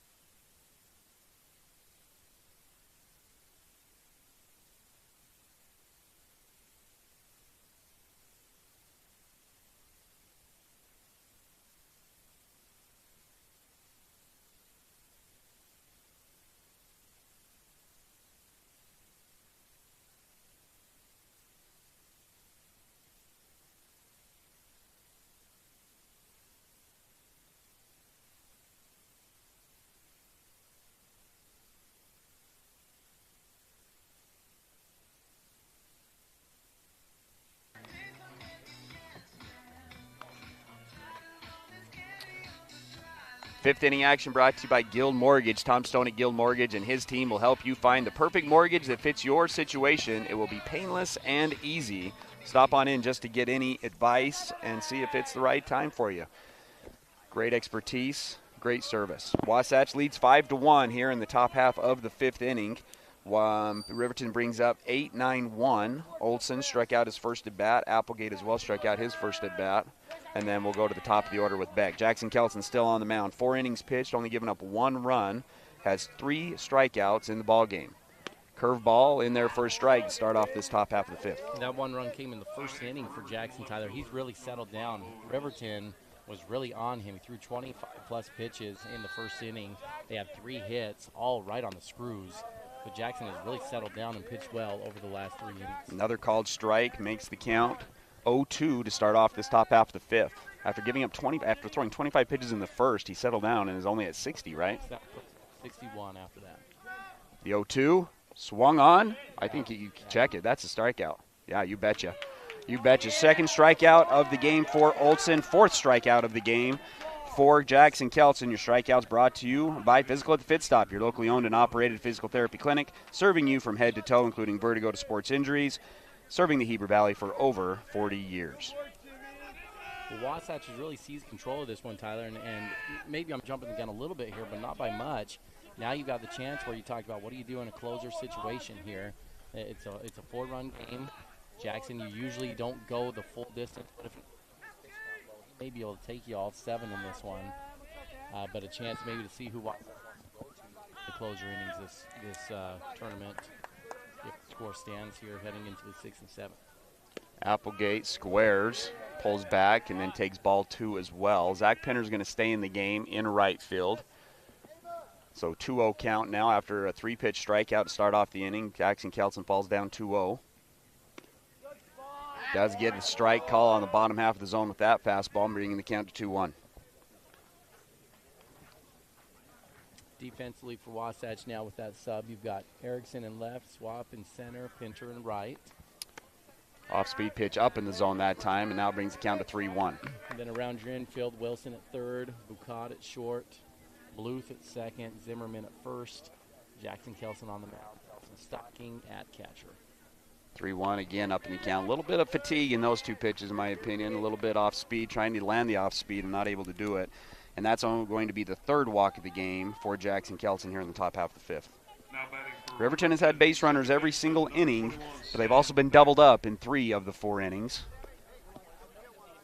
More action in the bullpen for Riverton. They're going to trot down there number 13, who is Miller, the center fielder. That's the kid who was just holding his arm as if he was hurt.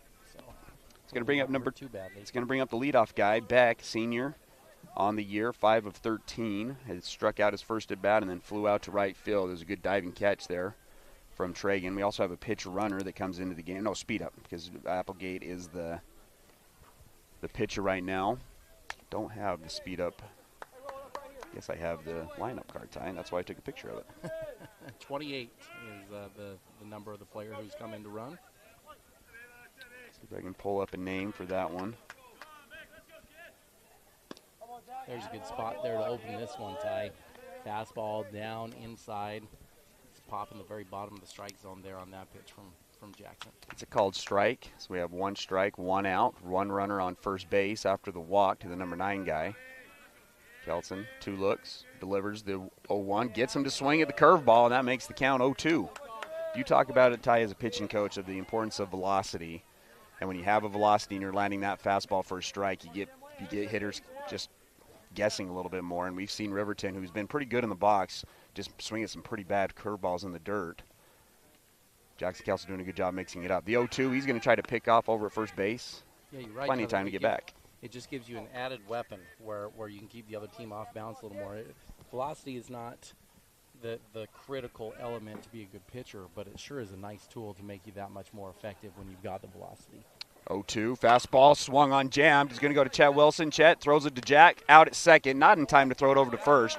Good play there from Chet, though, as he comes up, gets the good hop, makes a good throw over to Jack Bluth. Wasatch gets the leadoff runner, and 2 outs now here in the top half of the 5th. Good fastball in on the hands there to Beck. Yeah, that was a great play from Chet, Tyler. He came and rallied, saw the high hop like we've been talking about, came in and got it. and was very decisive. On that high hop, you kind of get put in between land. Do I go to first or do I go to second? But Chet turned and fired a bullet over there to second base, made a good throw. Nice job there from the junior to keep that lead runner from advancing. Beck with his first time on base. Jackson Kelson's going to try to pick off here before delivering the first pitch. Bright comes up to the box. He's been able to get on base both times. He had a single through the 3-4 hole and then reached on an error in his second at bat. Yeah, don't be surprised to see a little movement here with Beck, the leadoff hitter. Fastball and hits the spot. That's going to be strike one. So pleased at how well Jackson Kelson looks on the mound early on. This is going to be a big deal for Wasatch going forward to have him be consistent on the strikes. Only 3 walks in the ballgame through 4 2/3.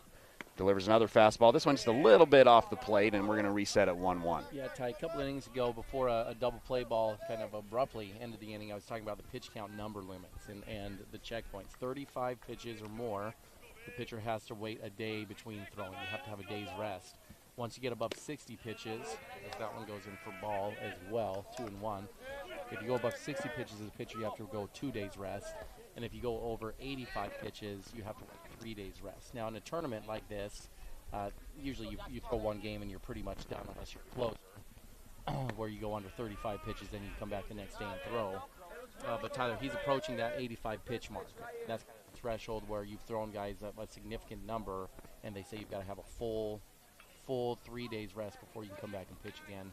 That last pitch there from Jackson puts him at 74 on the day.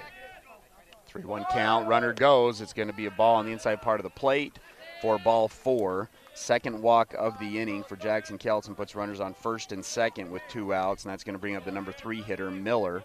Center fielder has a double to the right center field gap in the first inning that scored their only run and then had a good line drive right at the shortstop in his second at bat.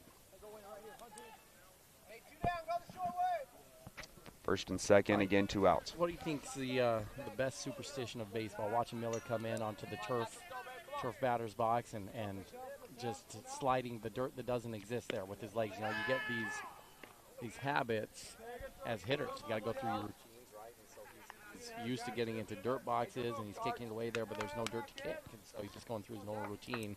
Did you have a superstition or one that you like watching here in baseball? Well, remember the Nomar Garciaparra adjusts the gloves about 20 times in between? Of That course. I love terrible. Nomar. I love Nomar. He was my favorite out of the 3 shortstops. Between each pitch. Huge lead for this for Beck at second base. First pitch was a strike. Second pitch is up in the zone for a ball.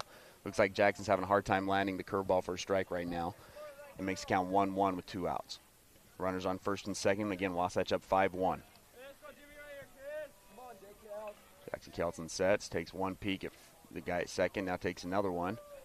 Delivers, fastball, low in the zone, making the count 2-1. It's a pretty big lead from Beck over there at second base, Tyler. Huge lead. Kelton Stocking is going to pause and come out to the mound. This mound visit brought to you again by Mirror Lake Station. Starting to get warm. I'm ready. I'm ready for warm weather. But how about the weather right now? This 9 o'clock game's been great weather, no wind. Great looking field here at Snow Canyon High School. Well, it's perfect. Right? It's supposed to touch up to 86 here today down here, Tyler, and tomorrow up to 88. So it's going to come back with a little sunburn here if you're not careful. Hope so. First and second, 2 outs, 2-1 count. To get away from the cold. Yeah. Been in the cold for several months. Nice to come down and do that. 2-1 count, pitch, curveball. He lands that one at the belt for a strike, making the count 2-2.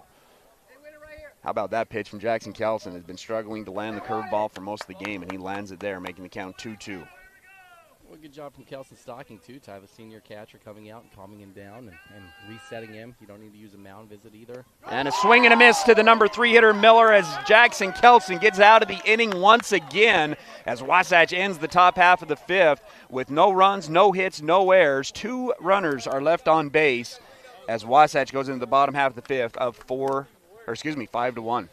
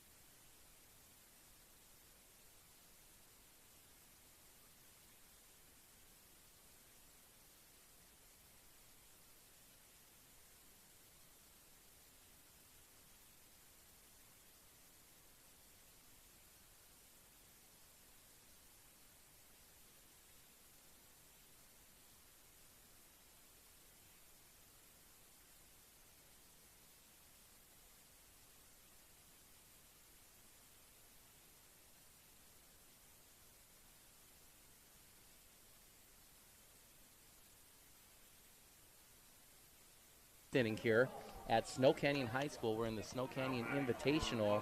5th inning action brought to you by Guild Mortgage. Tom Stone and Guild Mortgage and his team will help you find the perfect mortgage that fits your situation. It will be painless and easy. That's Guild Mortgage, your 5th inning sponsor. Sam's going to foul off the first pitch. Sam Gagan, the leadoff guy here for the Wasps. He's been on base. He's going to elevate this one to right field, and it's going to be a can of corn for the right fielder of Riverton as Wasatch. Let's see, Sam flies out to the right field to lead off bottom half of the 5th. Had a hard time getting that out of my mouth.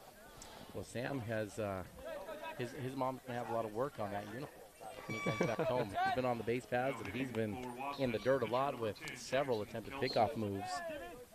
And he's in the white uniform, but that thing is all dark red, brownish dirt color at this point. Jackson Kelson's going to come up to the box. He lined out to the right fielder on a good barrel shot in his last at-bat. Struck out in his first at-bat in what was a weird at-bat with some bunt attempts. He's going to take ball 1. Second pitch is in there at the belt for a strike, making the count 1-1. Tragan Shaw is going to go get loose in the bullpen, Tyler, with Craig McPhee.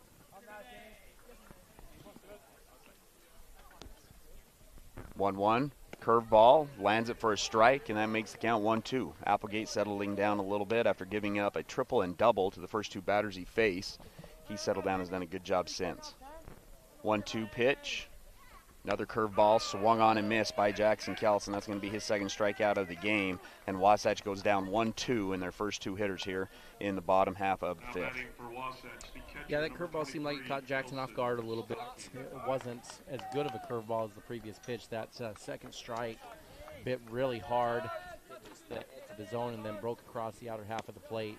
That one on the strikeout pitch kind of hovered over the middle and was a little bit of a hanger. But it seemed like Jackson was maybe looking for something hot back after the curveball, and the curveball snuck by him. Applegate starting to land 2 pitches for strikes. He lands a curveball for strike 1 on the first pitch. Goes high on the second pitch with a fastball. Brings the count to 1-1 with 2 outs. Kelton Stocking back-to-back ground balls up the middle. Got a single on his first one. He's going to go ground ball to the shortstop on that swing. Shortstop comes through it, airmails it, and Kelton Stocking gets on base on another error. That error was by the shortstop, Edwards, the sophomore. He started the game at third base and then moved to shortstop after the pitching change. And so now we have Kelton Stocking extends the inning. Now batting for Wasatch, number 13, Make it a courtesy runner here for Kelson at some point as well. 2 outs. Coach Lawton, signaling over from first for a courtesy runner. Coach Erickson says, no, we're going to let Kelson run. Zach Pinner's going to come in first at bat of the game. Tragan hitting in the Tragan Shaw spot. Tragan had a fielder's choice in the first at bat and then walked in his second at bat. Zach Pinner on the year. As the 1-0 is delivered, swung on and fouled off. Zach Pinner had a good first weekend on the season, hitting .429 with no RBIs. Did strike out twice, but is hitting .429 in the 7 plate appearances that he's had. Brings the count to 1-1. 2 outs, guy on first. Wasatch has yet to go out in order 1 time in this game. Curveball's going to be in there again for a strike, making the count 1-2.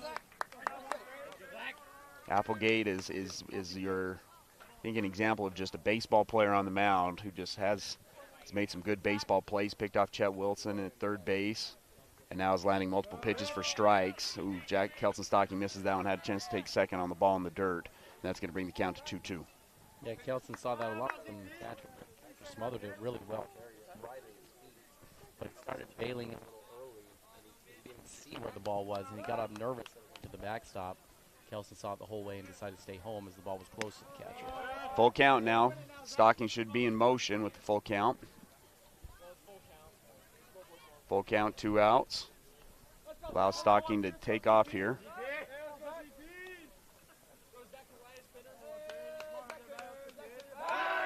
Throws over to first.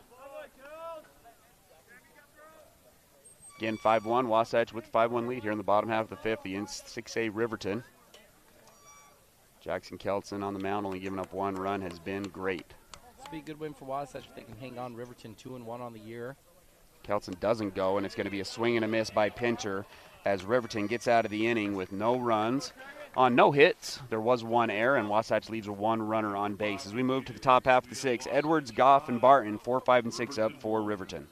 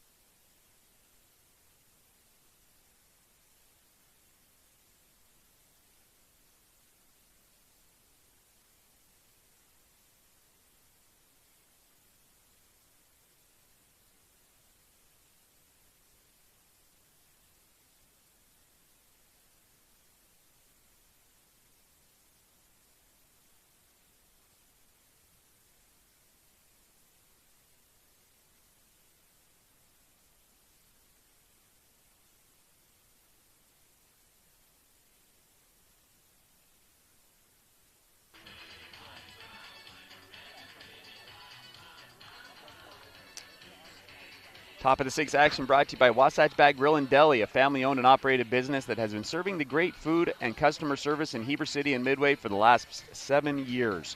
Pitching change. Wasatch goes to their bullpen as they're going to go with junior Tragan Shaw. Jackson Kelson's day is done with 5 innings pitched, 1 run given up, 4 hits, 5 Ks. Great outing there for the senior Jackson Kelson. Jackson Kelson's going to move into right field. Tragan Shaw will re-enter the game for Zach Pinner at the pitching position. Up for the Silver Wolves will be the sophomore Edwards. Had a walk in his first at bat, reached on an error in his second at bat. Currently playing shortstop for Riverton after starting the game at third base.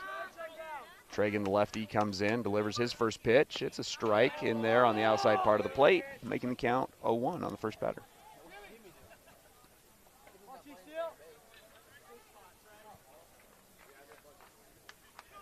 Strike one. Tragan's going to reset.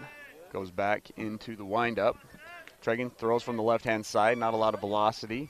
Mixes things up pretty good. He's going to go fastball. This one's off the edge of the plate, making the count 1-1. Sam's going to trot out to the bullpen as well with Cray McPhee, get him ready to go. The 1-1 from Tragan. Curveball, ground ball into the 5-6 hole, and Bucad can't handle it on the backhand, and Edwards is going to get the leadoff guy on for Riverton. See how the scoreboard. The third baseman, number 20, Parker Goff. Probably a base hit on that one. Yeah, they're going to give him a hit on that one. So a single for Edwards, his first hit of the game. Goes in the 5-6 hole in between the third baseman and the shortstop. Tragan high late kick. A little bit of pop on that fastball at the belt, and they moves the count to 0-1 to Goff, who's now playing third base. Started the game at behind the dish. He had a single to right field in his first at bat, grounded out to shortstop in his second at bat. Slide step this time from Tragan. Curveball in the dirt. Kelson does a good job of smothering it. Edwards does not advance, and that moves the count to 1-1. Wasatch trying to hold on to a 5-1 lead. Had 2 games last week that they weren't able to hold on to after having leads late in the game. See if they're able to do so today. High late kick again. It's going to be a fastball. A little too low in the count, making the count 2-1. That's where you want to be, though, if you're Tragan. Missing down, away. Hitters have to kind of reach out and try to go get that one. Tragan starting the game in right field, made a diving catch early in the game. Another high late kick. He's going to go curveball. This one's going to go off the front leg of Goff. And just like that, the Riverton has back-to-back base runners on base to start off the top half of the sixth. Kelson's going to come out and calm Tragan down a little bit. Mound visits are once again brought to you by Mirror Lake Station. Brings up number 40, Barton, the senior, playing first base. Flew out to right field in his first at bat and walked in his second at bat. 7 on the year, has a couple of RBIs. Okay. Give me back a little. Give me! Wasatch double play death. Chet playing back. See what Riverton coach decides to do. Down 4. Have 6 outs before the end of the game. Lefty up.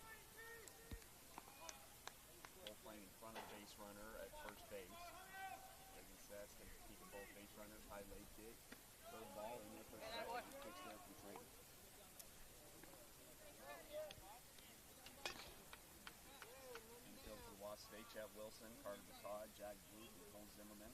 It's been your infield for every game this year. Reagan takes a couple of looks at both runners. Another curveball, this one low.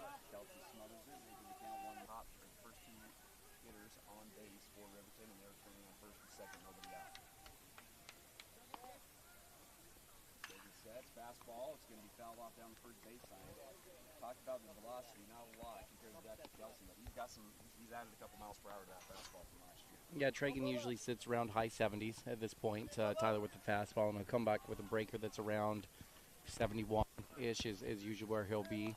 And it's enough, certainly, to get the job done, but he's got to locate. He's got to make sure he hits spots and changes eye levels on the hitters. 1-2 is going to get a ground ball to Jack Blue. Jack turns the Carter Bacard, not fast enough. They're not going to be able to turn the double play.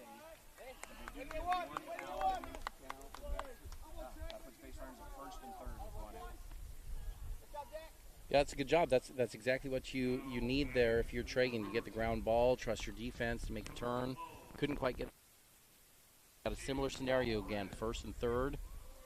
Probably going to see a pinch runner here for Riverton, as there's not a lot of speed there on first base from Barton. We're going to bring up a new player here for Riverton, number 12. Does not have an at-bat on the season. Barton is going to take a seat at first base. They're going to bring in a little kicker base runner there. Number 2. Riverton allowed runners on first and third, one out. Wasatch holding on to a 5-1 lead. Into the game of first base, at this point, pitch runner number 2. Yeah. Make it 5-2, go into the bottom or the 7th inning with a 3-run lead at worst. Just minimize another ground ball here. Yeah, so that'd be your defensive strategy, right? You play those infielders back a little bit deeper and try to get that lead runner at first base if possible.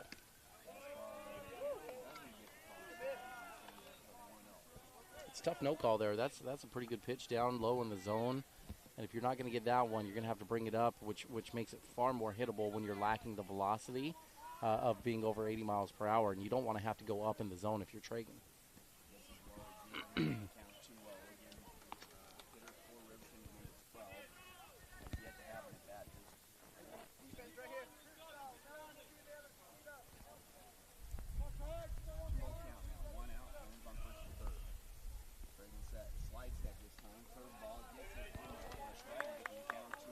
That's a good job from Tragan to come back there, Tyler. But this is a tough zone. The umpire's making Tragan have to go in. That's a ball again up around the belt. And those soft off-speed pitches coming in around the belt are kind of a good hitter's dream. A little timeout is action. The bullpen always a fun sign as a pitching coach when you got your bullpen throwing a ball onto the field. So they're stop play to get the ball out of left field, out of the bullpen. Back to Stocky. The runner does not advance home, but the runner at first will advance to second. So now you don't have the double play ball in effect anymore, and that makes the count 3-1. Hey, looking back at one. On deck for Riverton, the pitcher Applegate. Excuse me, left fielder Olsen. Good pitch. Curveball first right again, making the count 4. Good pitch there. Fastball count, predictable fastball count. Base open. Tragan came back with a good sharp curveball.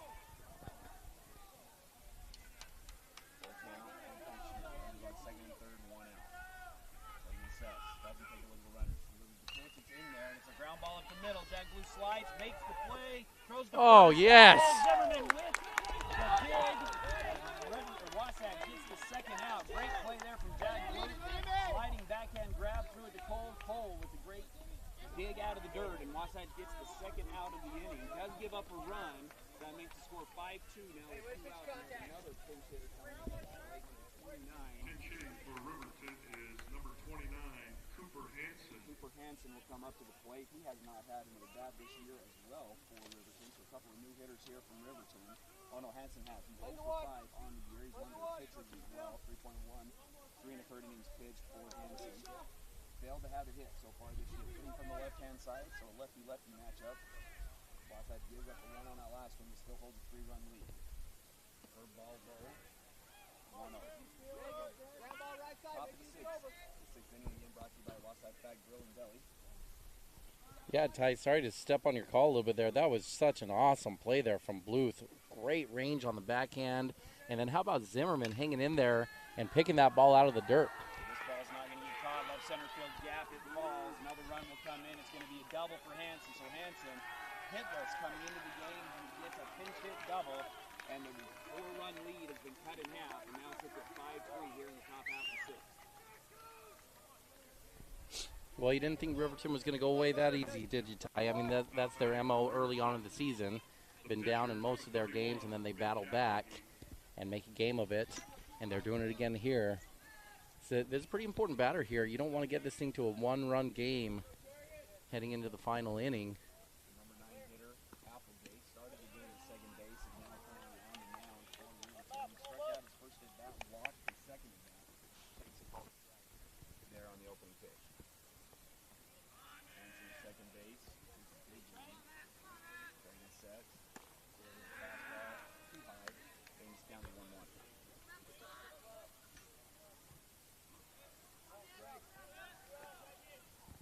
Resets again here with 1-1 count.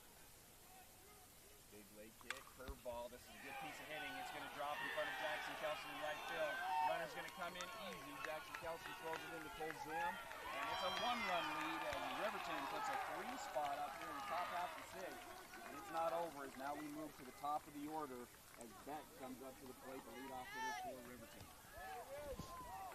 Now batting for Riverton, the second baseman, number 21, Sam Beck. Now let's go ahead and take a break. Wasatch holding on to a 1-run lead now, 5-4 here in the top of the sixth with 2 outs. We'll be back.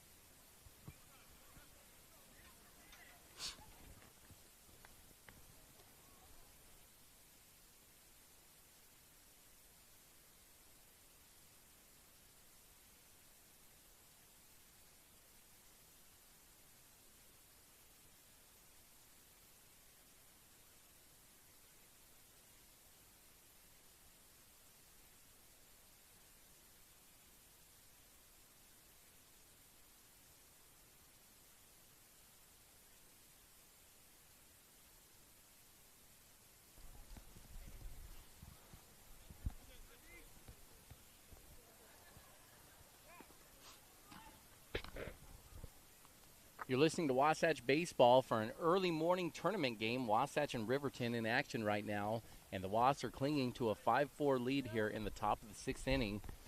2 outs, runner on first base. Tragan Shaw pitching for the Was right now. Needs to get a final out to shut this inning down, and that will leave the Was with 3 outs to go to get a victory in their opening game of the tournament. But the top of the lineup is coming up right now, Tyler. Heading to the plate is Beck, the second baseman, 0 for 3 on the day. A lot of speed. Yeah, struck out his first at bat, flew out to the right fielder, second bat. He's going to swing at the first pitch. It's a fly ball in center. Swat makes the play, and Wasatch gets out of the inning. Well, one-run lead. As we go into the bottom half of the sixth, Riverton scores 3 runs on 3 hits, no errors by Wasatch in the top of the sixth. They leave 1 runner on base. 5-4. Bottom of the sixth, Wasatch has their top of the order coming up.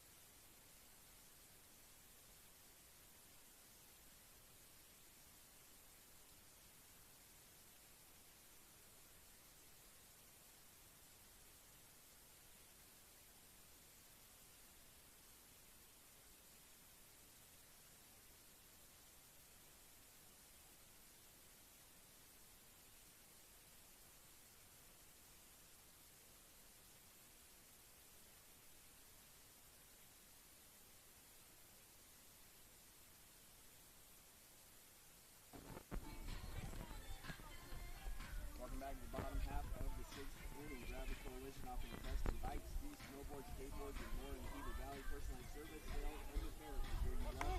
Traffic Coalition,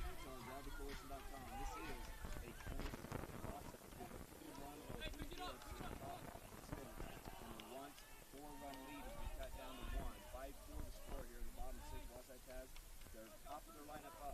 Erickson comes up to the plate. Back triple. Leading off for Wasatch, left fielder number 14, Erickson. Back triple. Good run by out to the pitcher. His first at bat, so 2 for 3 on the day. 6 RBIs on the season. So takes ball 1, then takes the curveball in for a strike, and we're 1-1 here to start with the bottom of the 6th.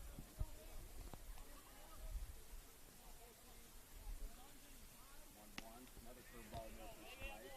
That's what Applebee's been able to do to keep these lost hitters off balance. Running that curveball for a strike. He struggled right out of the chute, giving up a triple and a double. Now he's calmed down, and he gets the Erickson chasing the fastball way up in the zone. And so Crew after back-to-back triple strikes out and starts Bob at 6. That brings up Chet Wilson. Chet Wilson singled up the middle his first at bat, walked his second at bat, and a double. An RBI double in his third at bat. So he's been on base all 3 times today. Out of base for the set. First pitch, curveball, low in the zone, double with the strike. The umpire likes the ball up in the zone a lot more than down in the zone. He wants some action with balls in play here, right? This is not a pitcher-friendly umpire at this point in the ball game.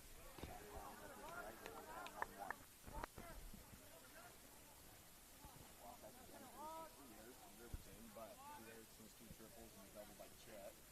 They'll bring in those runs. Fastball in the zone, bringing the count to 2-1. Wasatch 2 errors of their own, giving up 7 hits as well. Erickson after striking out, is going to try it out from the bullpen. 2-1. Low, and it's down to 3-1. Chet is going to get into the 3-1 pitch here.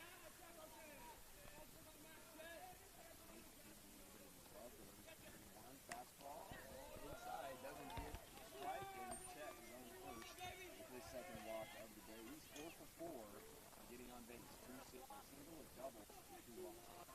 He's going to be on third swap. He's walked 2 walks in the start of the season. That's going to be another mound visit out to the mound. Gives us a chance for our stat here, Tyler. The Brad father, who we love his help here at the Peak. Our master statistician has Riverton history, and this is the history. Riverton leads the overall match 1 between these schools. I can't face him. Ball since 2002, and so about must have been before that. I remember the time when Wasatch faced Riverton. This has been a pretty good start to the tournament, Tyler. Wasatch and Riverton, a good competitive game. 7 hits for Riverton, 6 for Wasatch, and we're going to have a chance to see how Wasatch can close it down. That was their kryptonite last week, and see if they've made some adjustments and can close this one down with a 5-4 lead. All they need are 3 outs, and they're on their way to a victory. They're going to go ahead and leave Applegate on the mound after the mound visit. He's going to throw a ball 1. The 1-0 pitch is in there off the edge of the plate. 2-0.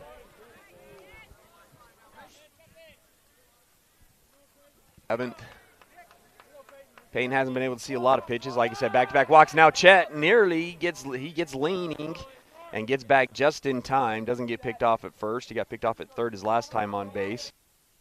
Would have been 6 right now in this ball game. 2-0. Ball for the play makes the count 2-1. 1 out here in the bottom of the 6th. Wasatch 5, Riverton 4, and Chet gets caught leaning again. Doesn't pay attention, and for the second time today, Chet gets picked off. And that's going to give Wasatch 2 outs and takes a runner off for swap. Just wasn't paying attention. Applegate's not really a what I would call a pitcher, Tyler. He's more of a baseball player. But one thing he does do effectively is he's got a good pickoff move. It's good and quick. And he's kept the runners off balance. Pick guys off. Now Wasatch has had guys picked off at third, second, and first base today in this ball game. 3-1 count. Payton Swab takes it, and goodbye, Mr. Wilson, as that ball is hammered over the center field wall. Wasatch doesn't get the run after Chet gets picked off, but you throw Payton Swab a fastball up in the zone, and he'll show you what he can do with it. Kiss it goodbye, Smalls. The score 6-4 now after Payton Swap's solo home run here in the bottom of the 6th. That is a no-doubter, Tyler. That thing was gone right off the bat. Center fielder barely moved. And that center field fence is intimidating. Put a green monster there in center field, and he cleared that easily.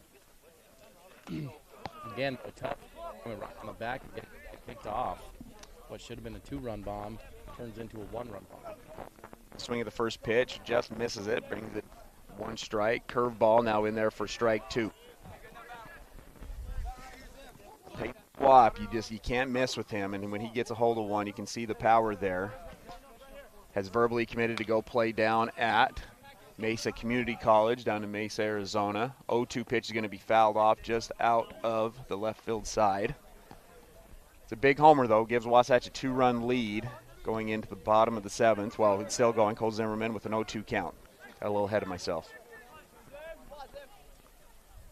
Zimmerman, 0-2 pitch. Fastball just off the edge of the plate. Brings the count. Zimmerman with a single his last time up. The 1-2. Curveball nearly hits Cole. Brings the count to 2-2. 7 hits now for both teams in the ball game. Cole Zimmerman, a junior, has made some great plays at first base today.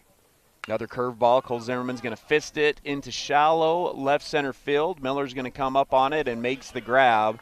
And Wasatch ends the bottom half of the 6th inning, scoring 1 run on 2 hits, no errors, and 1 runner left on, or sorry, no runners left on base. It goes to the the top half of the 7th. Wasatch with a 2-run lead, 3 outs away from the victory.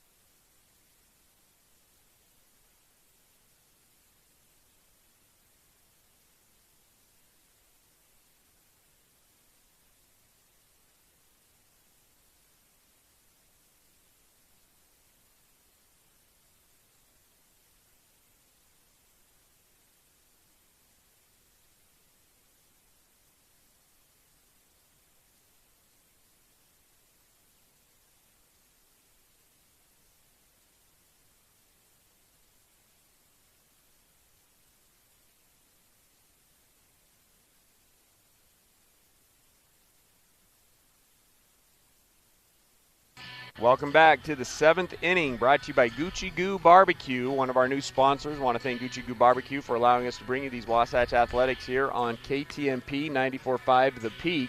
Wasatch 6, Riverton 4. Wasatch taking on their first 6A opponent of the season, and right now are clinging to a 2-run lead and are 3 outs away. And for the first time this season, we will see junior Crew Erickson on the mound, trying to fulfill that closer role. Cole Zimmerman is going to move to left field. Tragan Shaw will move back out to right, and Jackson Bullender will come in at first base for the Wasp. See if they can close this one down in the top half of the 7th. Wasatch got here thanks to 3 RBIs by Crew Erickson, 2 triples on the game. Payton Swab just hit a solo home run in the the bottom half of the 6th, and then another RBI earlier in the game from Cole Zimmerman. Chet Wilson also with an RBI double in the 4th inning. Leadoff guy here for the Riverton Silverwolves will be the number 2 hitter, I believe, Bright. Bright, you got it here. Bright hitting on the left-hand side. On the game. Crew Erickson missing high, way high, in both of his first 2 pitches. It's not uncommon, Tyler, when you see pitchers come in for their first innings to be a little bit overexcited, and they have a hard time getting to the release point. And, yeah, he's struggling here. Throws it at the ankles here of Bright, brings the count to 3-0. Crew just needs to trust himself. He doesn't need to overdo it and throw harder than what he usually goes up there and does. He's got the stuff. When we tracked him last year in his bullpens, he was one of the highest strike throwers, usually well over 60% on his strike throwing in the bullpens. But there he goes, 4 straight balls to walk the leadoff hitter. Yeah, has a hard time finding it right now. 4 straight balls. Puts Bright on base, and that's going to bring up the number 3 hitter, Miller. Doubled to right center field in his first at bat. Lined out to the shortstop in his second. Struck out in his third at bat. Misses low again. Bright decides not to take second base. Kelson with a great block. That ball bounced in front of the plate. Kelson does a good job of stopping it, and that's going to be 5 straight balls now for Crew to start off the top half of the 7th. Not a big lead for Bright over on first base. And still up in the zone. Looked like that might have caught the belt, but instead it's still a little bit high, a little bit closer. Brings the count to 2-0. Yeah, you're right, Tyler. The only difference between that and the other strikes we've seen over the last inning was he's not been accurate with any pitches. And usually when you're all over the zone with the pitcher, you don't get those close calls. This one's going to get by Kelson. That was a little weird. Like Kelson didn't see the pitch. Runner's going to advance to second base, and that's now 7 straight balls from Crew to start out the 7th inning. It's going to earn a visit from McKay Jacobson, Coach Jacobson. Mound visit brought to you by Mirror Lake Station, voted best donuts in Utah. Mirror Lake Station is your one-stop shop for gas, groceries, and goodies. You know how I like to get, philosophical coaching theory and that kind of stuff, and it's easy in this point in the game. You can look at this 2 different ways. Crew's not been close so far with his first 7 pitches, like really not even close to the zone. And so you start looking around of who else can come in and shut this thing down. But that also is a little bit of a dangerous spot because you're really going to need Crew on the mound over the course of this season. And you don't want to kill a player's confidence here after 7 pitches. And felt like we learned that a little bit through some hard experience over the last couple of years when you and I were coaching, of maybe pulling some guys out a little bit too early and losing a little bit of confidence later on in the year from those players. And so this might be a spot where you want to let Crew work through this a little bit, even though he's looked a little bit rough here to start, and put your faith and confidence in what you know he can do. You've seen this kid in practice over and over and over again, and he's got the ability. Right now he's just got to find a way to work through the nerves out there on the mound and get settled in. Again, Wasatch clinging to a 6-4 lead. Leadoff guy is on base and on second base. 3-0 pitch, low in the zone. That's ball 4. Miller thought that was a strike too. He wasn't going anywhere. I thought that was a strike as well. Kelson kind of pulling the glove down as he received it, so the ball was pulling him away. So maybe it wasn't as good as a pitch as it maybe looked here from the side. Puts the tying run on first base. Wasatch will have their last ups either way here unless Wasatch can get out of this thing. 6-4 the score. Wasatch up by 2. We're going to bring up the sophomore Edwards. Back-to-back walks to start off the top of the 7th. This one's low as well, making the count 1-0. One of the great traditions in baseball is the Texas A&M ball chant. I don't know if you've seen that, Tyler, but they would be having a heyday with Crew Erickson right now is they'll count out how many balls you've thrown in a row. So right now, after Crew throws his 10th straight ball, they would be chanting ball 11, and the whole crowd does it. And it's a very intimidating thing to watch. It's one of the best things in baseball. 10 straight balls to start this thing off. Takes 2 looks at the guy at second base, delivers up in the zone again. Make it ball 3. Really surprising. We saw Crew throw a lot of strikes in his action last year on the mound, having a hard time finding it here in the top of the 7th. Takes 1 look this time, delivers, and bounces it for ball 4. So 12 straight balls to start off the 7th inning. Yeah, Ty, and mechanically speaking, one of the things that Crew's always done, having worked with him as a pitching coach, is he likes to bring his glove down. Goes about to his belt, and he has to bring it back up to get his shoulder square and motion going, along with the fact that he kind of has a little hot push that he goes off the rubber. And right now, he's not getting his shoulders and his lower body put together at the same time, and he's finding the right release point with his hand. He's going to go back to the windup. Another ball that's low in the zone. Kelson has to slide over and smother it. And another ball. Needs to clear the mechanism, as they say. See if he can get out of this thing. 6-4 the score. Wasatch up by 2. Nobody out. Bases loaded. Another ball. Crew's been the best guy in the box for the Wasps today. 2 for 4 with 3 RBIs and 2 triples. 2-0 count here to Goff. Hey, there we go. He lands a strike, making the count 2-1. Now we're ready to go. Just need a longer bullpen. There's first 15 out of the way. Let's get it going now. 2-1 the count here. Sam Gagan is loose and ready for Wasatch if the coaches want to make a move. Isn't able to find it on the next one as he comes back with another ball, making the count 3-1.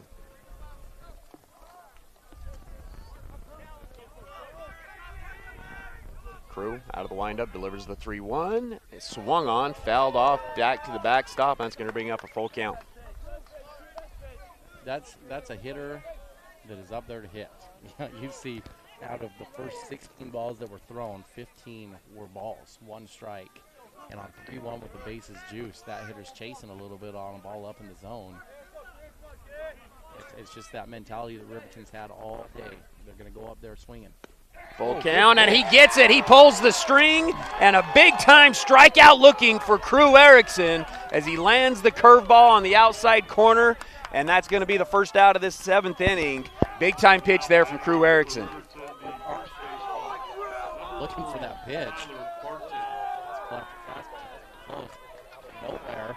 He brings plus curveball there that goes 12-6. Full count to punch him out. Brings up Barton, and now Crew looks like he's found it a little bit. Lands another curveball for a strike. Barton, fielder's choice to the second baseman. His last at-bat walked. His second at-bat, and then in his first at-bat, flew out to the right fielder. All it takes is one good pitch, and this game's over. Back-to-back curveballs. That one's up in the zone, making the count 1-1. 1 out, bases loaded. Wasatch up by 2. Outfield right now, Tragan Shaw in right, Payton Swap in center, and Cole Zimmerman in left. The 1-1. Fastball too high. Brings count to 2-1. Crew takes deep breath, steps back onto the mound, going out of the windup. 2-1. Misses badly again, makes the count 3-1.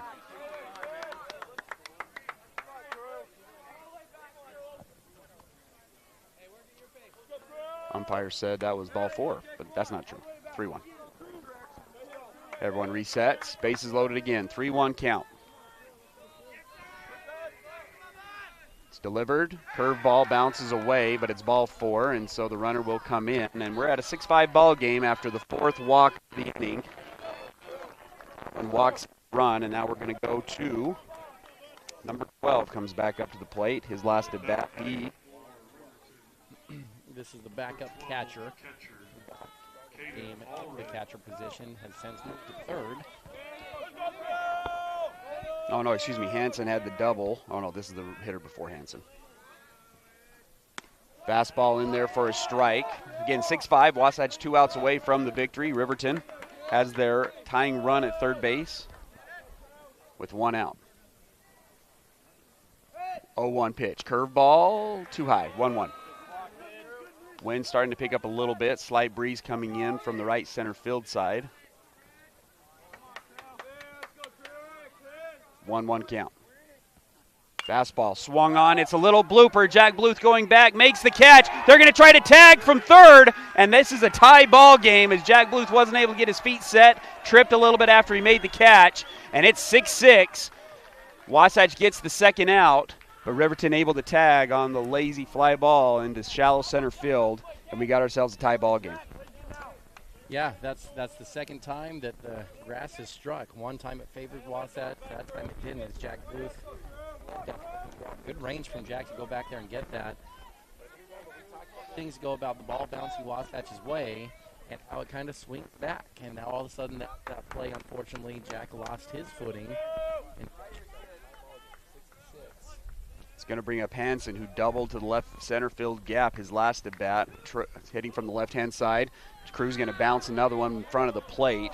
Kelton Stocking doing a great job behind the dish. Wasatch to Riverton, 6-6. You're right, Tyler. That's a great block there. Fastball coming hard in the dirt, and it's really not close to the plate. And Kelson bodies that up perfectly. The ball falls about 5 feet in front of him and holds the run. 6-6 the score. Both teams with 7 hits in the ball game. Curveball gets landed for a strike, makes the count 1-1. Boy, Hansen was on that one, though, Tyler. I wouldn't throw that a second time in a row. Hansen was tracking that the whole way. He just was not looking for a curveball. Came in 0 for 5 on the season, but then had a double in his pinch hit appearance in his last at bat. Fastball again is off, making the count 2-1. Up for Wasatch when we come up in the bottom half of the 7th will be Bluth, Gagan, and Jackson Kelson. Kelson's actually been subbed out of the game. So we'll see if they insert him or if Jackson Bolander will hit in that spot. Curveball's in the dirt, brings the count to 3-1. Jackson Kelson started the game on the mound for the Wasps, threw really, really well. 5 innings pitched, only gave up 1 run. Tragan Shaw gave up 3 in the top of the 6th, and now Crew's given up 3 in the top of the 7th, and he walks another one, and that loads the bases. Brings up the number 9 hitter Applegate, who singled to right field in his last at bat. Never mind, it's not going to bring up Applegate. Another pinch hitter here. Pinch hitting, number 11, Braden Nilsson. It's going to be Braden Nilsson who will come up. Nilsson on the year, 3 for 8 with an RBI and 2 doubles.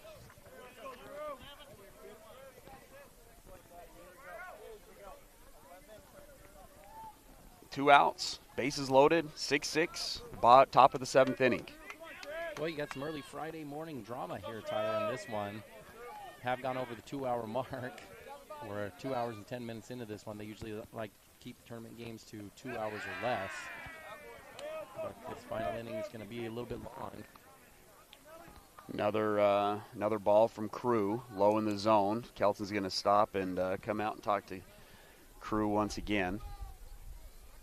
Just joined to take a 5-1 lead into the 6th inning. Riverton was able to score 3 in the 6th. Wasatch had a solo home run from Payton Swap to make the score 6-4. And now 2 runs here in the top of the 7th for Riverton. Crew is not close. This one's going to bounce away from again, and just like that, Riverton is up 7-6 after the pass ball. And 3rd run of the inning gives Riverton their first lead since 1-0 in the top half of the 1st. Nobody down in the bullpen for the Wasps. Couple things to highlight on that play. Kelson made the best chance he could on that ball. That was a tough one to block. And as he threw it, the ball actually got by Crew. And luckily, Jackson Bolander was being heads up. He was crashing in to back up the throw as a first baseman. Otherwise, he would have had 2 runs score on that, if not maybe 3 runs, Tyler. So Jackson Bolander showing a little heads up action over there, not falling asleep on the play. Ball 4 and another walk from Crew. That's going to be the 6th walk of the inning. Coach Jacobson's going to trot out.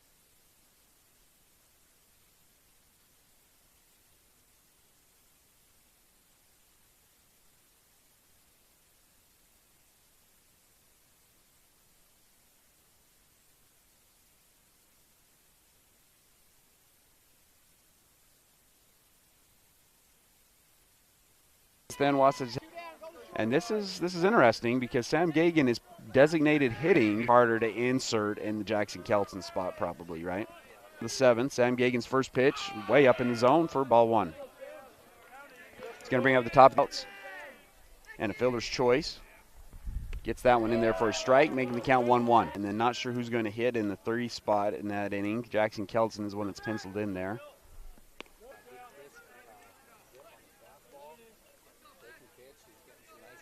The inning, but they're down by 1 and have some work to do here in the bottom of hits. No errors. They do leave 3 on base. It's Jack Blue.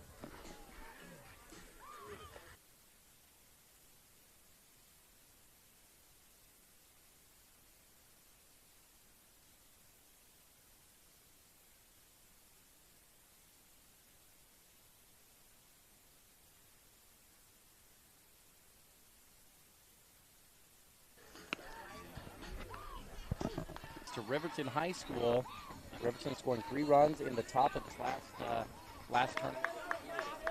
They need to do it on the bat of Bluth, Gagan, massage, skin care, nail care, and unique relaxing spa packages. Pick a good spa day. Innings pitched on the year, 1.4 ERA, 1K, 3 walks, and 3 hits this season. I hated these kinds of pitchers as a hitter. I know a lot of people like them because they feel like they can see the ball earlier. So 2-1 count. Now Wasatch had 5 runs in the 6th and 3 runs in the 7th.